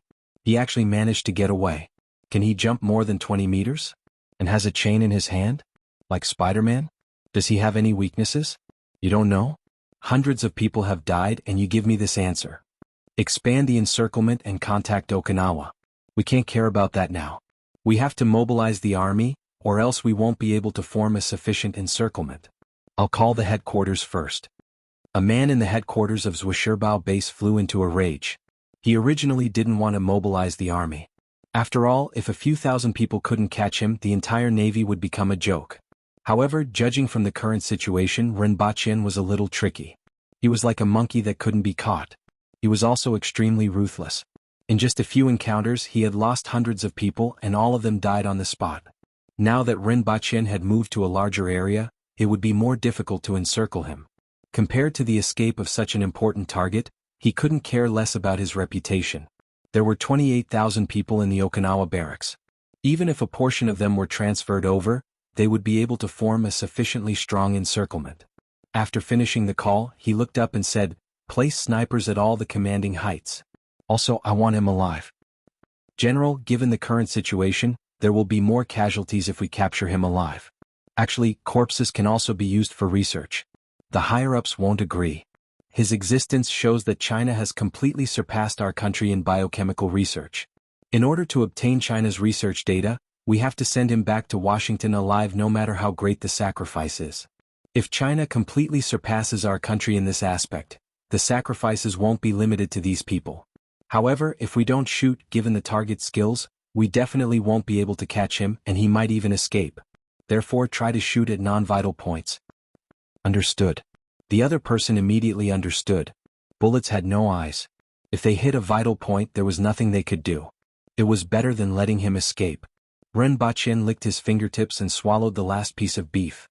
In just half a day he had devoured the 20 kilograms of raw beef. Although it didn't taste good and he didn't like to eat raw food, it didn't feel good to be hungry. Now he was worried about what he would eat. The consumption of energy during the battle was too high, and the energy contained in the food on Earth was too low. It seemed that he had to find some food after dark. After finishing the last bit of beef, Rinpochen stood up and looked around. This was a depression in the roof of the two warehouses, and it was very difficult to see this place from other directions. As for the warehouses below, he took a look at one of them. It was filled with all sorts of marine machinery and he was not interested in it. There are footsteps below. 1, 2, 3. 16 people. Are they two combat squads moving together? Rinpochen slowly walked to the edge and peeked out. More than a dozen people were slowly advancing in a battle formation. There were people watching in almost all directions, and one of them was looking in the direction where Rinpochen was. Up there. Rinpochen retracted his head and headed in another direction. Since they had discovered their location, the others would soon surround them. There are people here too? There are a total of 8 teams. Rinpochen only took a glance in another direction before retreating. However, he was still discovered by the other party. 8 squads were split into 4 groups and searching in this direction. Each group was only 50 meters apart. At the same time, Rinpochen felt that he was being targeted again. It was still a sniper, but this time, one was on the lighthouse and the other was on a building in the distance. This is a little troublesome. Rinpochen quickly retreated into the depression between the 2 warehouse roofs and muttered to himself. Looking at the 2 sides of the warehouse roofs that protruded into arcs, Rinpochen suddenly had an idea. The roof of this warehouse was a layer of iron sheet, and the bottom was completely hollow. In other words, the entire warehouse was a layer of iron sheet, which was also known as an iron sheet house in China. Rinpochen used the tip of his spear to draw a circle at the side, leaving only a little bit. Then he flicked the tip of his spear to the side. In front of him was a circular hole that had a diameter of 1 meter. Rinpochen took a glance at the bottom and immediately jumped down. The metal chain wrapped around the beam, and Rinpochen's body paused for a moment. Then he released the metal chain from the beam above and gently landed on the ground. Rinpochen bypassed the rows of wooden boxes, walked to the back door of the warehouse, and listened carefully to the sounds outside. There were 16 people in this direction just now. Rinpochen heard the sound of suppressed breathing coming from the metal plate of the warehouse. 2 people, Rinpochen thought to himself. It seemed like these people had split up. Rinpochen took a step back and stabbed the spear in his hand twice. The two people outside didn't expect the danger to suddenly come from the warehouse wall that they were sticking to. When the tip of the spear emerged from their chests, they looked down. Cannon. Alpha. Cries of alarm immediately came from afar. The two of them fell to the ground one after the other. Without hesitation, the people who had split up immediately fired at the warehouse, creating countless bullet holes in the metal sheet. At this time, Rinpoche had already changed his position. He came to the side of the warehouse, then made a cut on the metal sheet and moved it aside. There was a door that he could enter and exit through. This was a similar warehouse. There were a total of 38 such warehouses in this row. Rinpoche passed through the warehouses until he finally made a cut on the metal sheet. What he saw wasn't a warehouse full of equipment and wooden boxes, but a grassy field. On the other side of the grassy field were hundreds of soldiers. All of them were pointing their guns at him. "You have been surrounded," a man shouted at Rinpoche in broken Mandarin. F***C. Rinpoche retreated in a flash, then leaped into the air and hung himself on a beam with a metal chain. Da-da-da. Countless bullet holes suddenly appeared on the warehouse wall below him. Rays of sunlight shone into the warehouse through the bullet holes, forming a beam of light.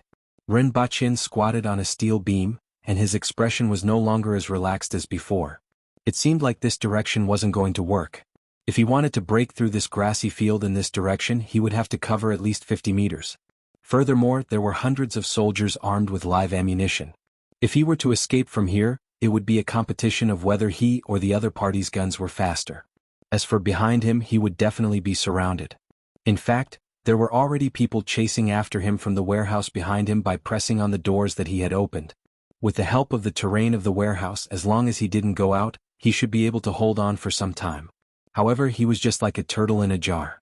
It would be useless even if he could hold on until nighttime. As long as the other party moved the searchlights over, they would be able to illuminate this area as if it were daytime. As time passed, the other party's encirclement would be more complete, and it would be almost impossible for him to break through at night. It would be great if he had a few smoke grenades.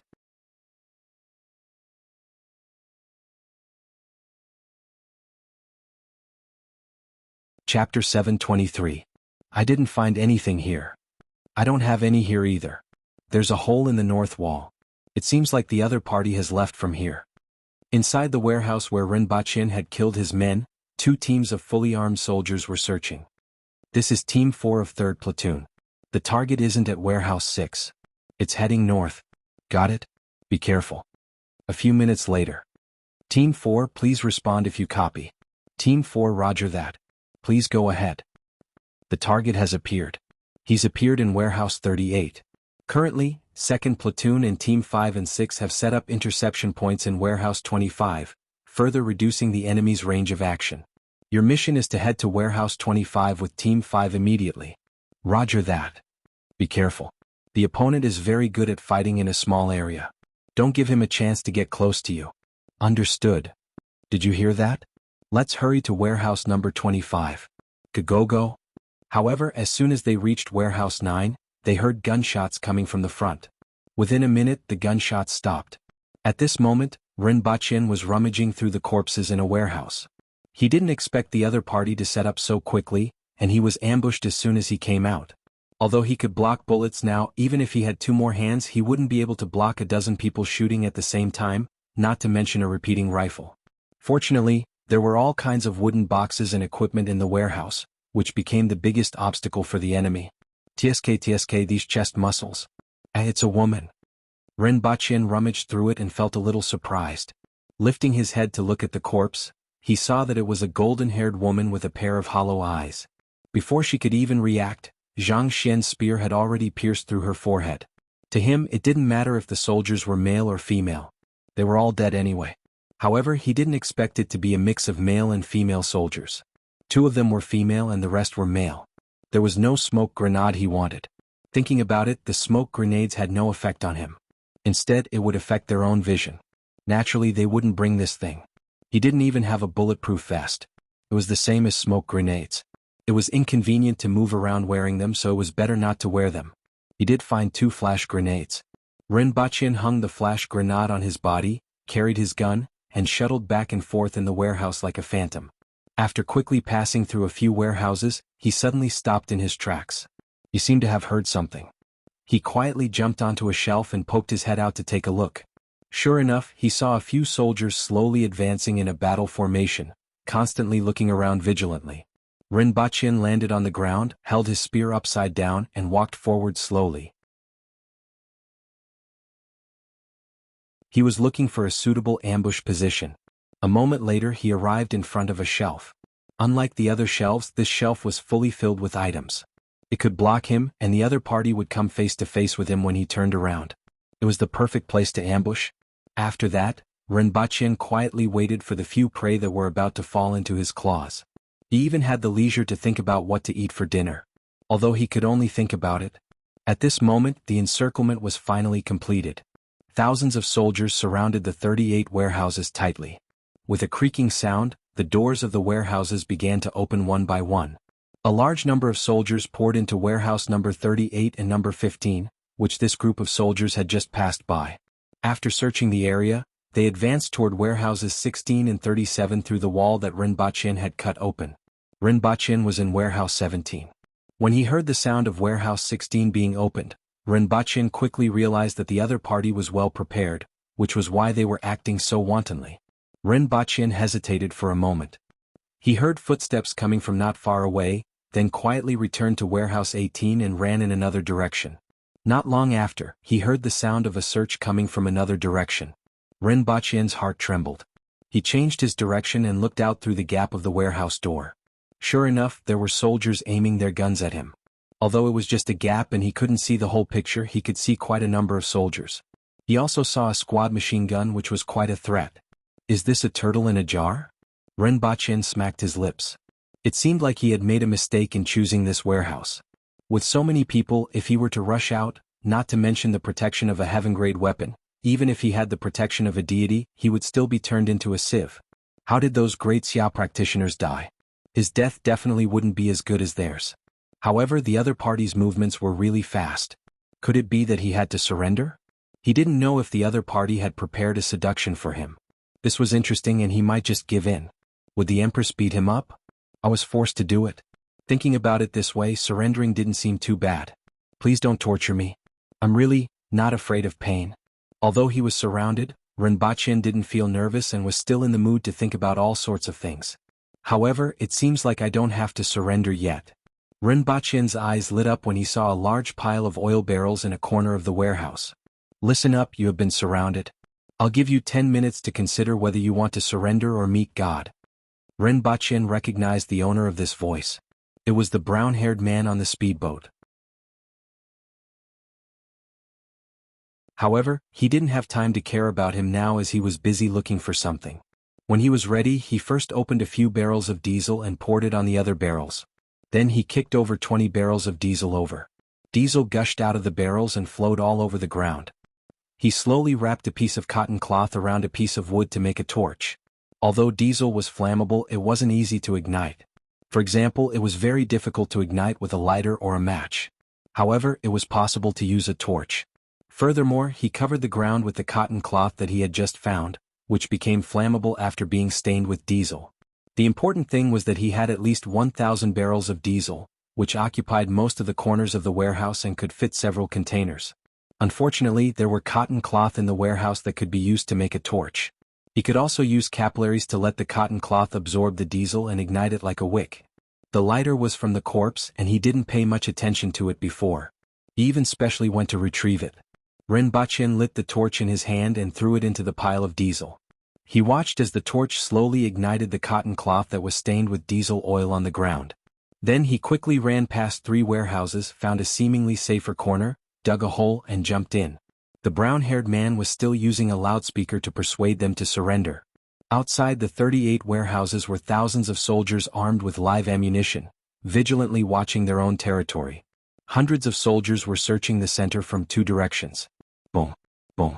A series of huge explosions suddenly occurred, and the huge explosions directly blew the warehouses away. Some of the diesel barrels were even like fireballs that were covered in diesel and flames. They were blown hundreds of meters away before exploding. Countless debris, warehouse fragments, and metal barrels turned into powerful weapons during the explosion and swept toward the crowd of soldiers outside. There was also the heat wave of the explosion that directly threw everyone to the ground. It was chaos. The sudden explosion caught everyone off guard. In particular, those burning diesel barrels exploded at close range like cannonballs. The power was no different from cannonballs, and people were thrown off their feet wherever they went. The two warehouses next to each other were turned into a sea of fire. At this moment, the door of another warehouse was suddenly kicked open from the inside. While everyone was still recovering from the explosion, a person rushed into the crowd like a tiger rushing into a flock of sheep. 3 seconds. Without this explosion, these 3 seconds would have turned Rinpoche into a sieve. At this moment, Rinpoche successfully rushed into the crowd. The pistol in his right hand was like a dragon, shooting out cold stars and piercing the throats of people one by one. The metal chain in his left hand was like a rope that wrapped around the necks of several people. Rinpoche swung it hard and immediately smashed them like a weapon. Many elite soldiers were terrified. The person in front of them was like a monster. He was so fast that they couldn't keep up with him. He was also so strong that human bodies were like straws in his hands. Everyone even began to run away. In the face of such a monster, there was only one way to escape. Rinpoche flipped and maneuvered in the crowd. He followed the crowd for dozens of meters before suddenly changing direction and crashing into the window of a building more than 10 meters away.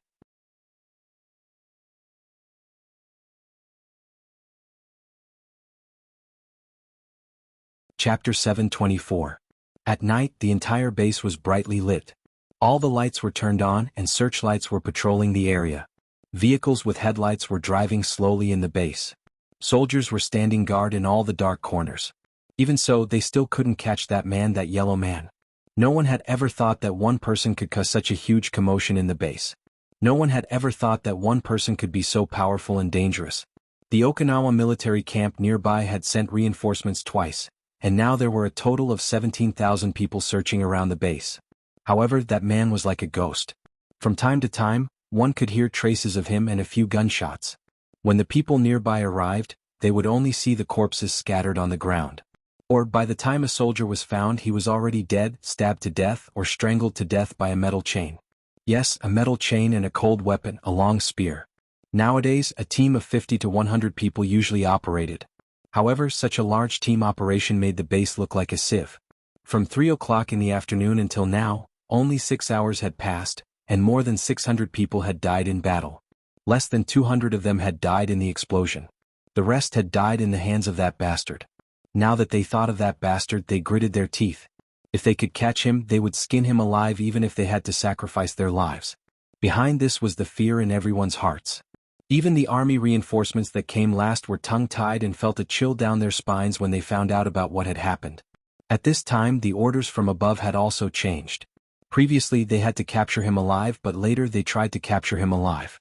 Now, they were to attack immediately upon sight as long as the corpses were left behind. "I'm hungry." Rinpoche rubbed his stomach, which was growling. After arriving at this base, he had already snatched food 4 times, at least 30 kilograms of beef. However, he was still so hungry that his chest was sticking to his back. The food that entered his stomach was converted into essence blood and then essence chi that dispersed throughout his body, consumed along with his movements. Now that the canteens were stationed with troops, he definitely couldn't go there. Rinpoche felt that if this went on, he would end up eating soil. He didn't know if his stomach could digest soil now. Rinpoche sat in the dark, plucking grass from the ground and stuffing it into his mouth. It tasted worse than raw beef. Rinpoche's face twitched and his expression was extremely rich. "Eat grass. I'm not an alpaca." Moreover, this thing was unpalatable and had no nutrition. It would turn into air once it entered his stomach. He had already pulled out a patch of grass, but it was still useless. She sighed faintly, her face full of grievance. Who did he offend? A person sitting in a carriage can cause trouble to fall from the sky. If Rinpoche wanted to leave now, he could still find an opportunity. However, he was no longer in a hurry. Anyway, the night was still long. There was always an opportunity. He was prepared to make a big firecracker. After fighting for half a day, Rinpoche felt that he had gained a lot. He was now able to drift, hide, search, and assassinate like a shadow in the darkness. Although they were only facing some elite soldiers from Earth. However, this was something that he couldn't do in the past. He didn't even think that he could do this. Although the experience this time was a little unfair, it was very valuable in terms of results. Especially in terms of combat and killing, he began to have his own experiences and ideas. People were forced to do so. In the current environment, Rinpoche couldn't help but think about how to hide his whereabouts and how to fight. As a searchlight swept past, only a patch of bare grass was left. A group of soldiers rushed over with tactical flashlights and saw the bare grass on the ground. They immediately discovered something and said, "He has been here." However, at this moment, a metal chain suddenly swung out from the darkness and wrapped around the necks of two people. Kacha. Accompanied by the sound of bones breaking, the two people fell to the ground weakly. "He's here." The remaining people were horrified and immediately fired at the front while shouting. Rinpoche flashed behind a tree and disappeared into the darkness. He avoided the other soldiers, took a detour, and appeared near a row of hangars not far from the dock. Although there were soldiers patrolling and searching here, the number of soldiers was much smaller than in other places. Rinpoche waited in the dark for more than 10 minutes. Then he found a gap and used 5 seconds to cross 200 meters in front of him. He stuck to the shadow of the hangar, slowed down his breathing, and waited quietly until there was a gap before a searchlight swept past and the patrolling soldiers. He then jumped up and threw the metal chain to pull himself above the hangar. After that, he chased after the searchlight for a while until it drew an arc in front of him and turned in another direction. He then jumped to the ground in front of him, rolled over and quickly ran to the dock. Then he quickly took off his clothes and jumped into the sea. He didn't even leave his underpants on and held them up so that they wouldn't leave any water marks on his body when he got on the ship. His target was the ship by the sea. The largest warship looked like an aircraft carrier. Rinpoche naturally didn't know that it was an amphibious assault ship. He just felt that it looked big and thought that it must have a powerful weapon on it. In fact, he had another target that looked like the enemy's headquarters. Unfortunately, there were too many soldiers around and he had almost no chance to sneak in. Even if he rushed in, it wouldn't be easy to get out. Therefore, he settled for the next best thing, which was this warship that looked very valuable. He didn't know if the number of troops at the headquarters would decrease after blowing up this place. The people on the shore are still searching, but the entire base is actually in chaos because of one person. Is he a Superman? Or is he Batman? I can't believe that a normal person can do such a thing. Two soldiers stood near the side of the ship and vigilantly scanned all the positions on the dock. From time to time they would look up at the chaos in the distance. "Maybe he's Wonder Woman," the other person added. "I like Wonder Woman's face and butt." That person immediately laughed. "In any case, we have to be careful. Watch the shore and don't let him sneak in." "Why not in the sea?" Goodman Richard is 18 meters above the water, which is equivalent to the height of a 6-story building. Can he fly up? Although it is said that he can jump very high, do you believe that someone can jump more than 10 meters from the water? In that case, I believe that he's Wonder Woman. The yellow-skinned Wonder Woman? I don't believe it. Zwisherbao. 24 people were scattered in the dark, looking at the vehicles that were rushing to and fro. "The lady boss is inside?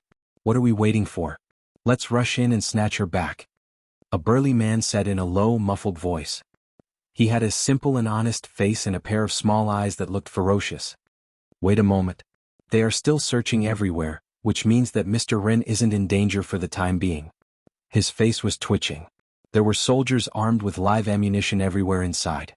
According to the information they received, there were more than 10,000 of them. How could they rush in? Along the way, they had really worried themselves to death in order to appease these masters. If it wasn't for the fact that they couldn't beat them, fine, they couldn't beat them. How could this group of people be so fierce?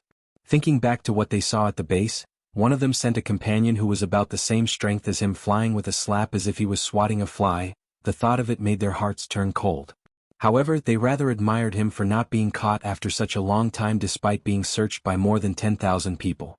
They didn't know how he did it. According to reliable sources, he had also killed many people. This made everyone admire him. Being able to kill so many people in the enemy's base while being searched by more than 10,000 people, he was simply a super ferocious person. However, even if he was a super ferocious person, under such circumstances, it was only a matter of time before he was caught. They had to find him before he was caught. It has nothing to do with whether he is in danger or not.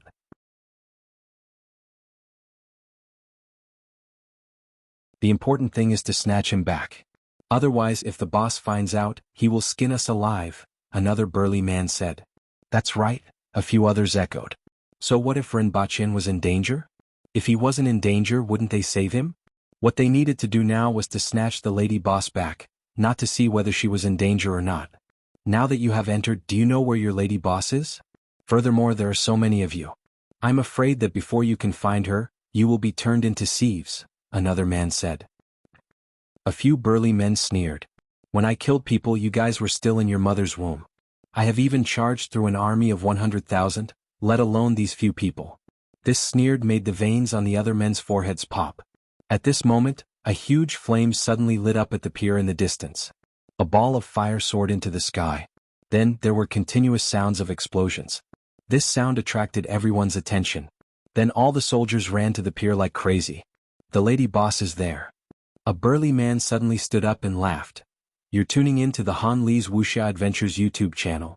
We're so grateful for your support, and don't forget to subscribe to join us on this incredible journey through captivating stories. Your generosity through donations truly makes a world of difference, as it's the primary source of revenue that allows me to expand and enhance this channel for you. Thank you from the bottom of my heart for being a part of this adventure.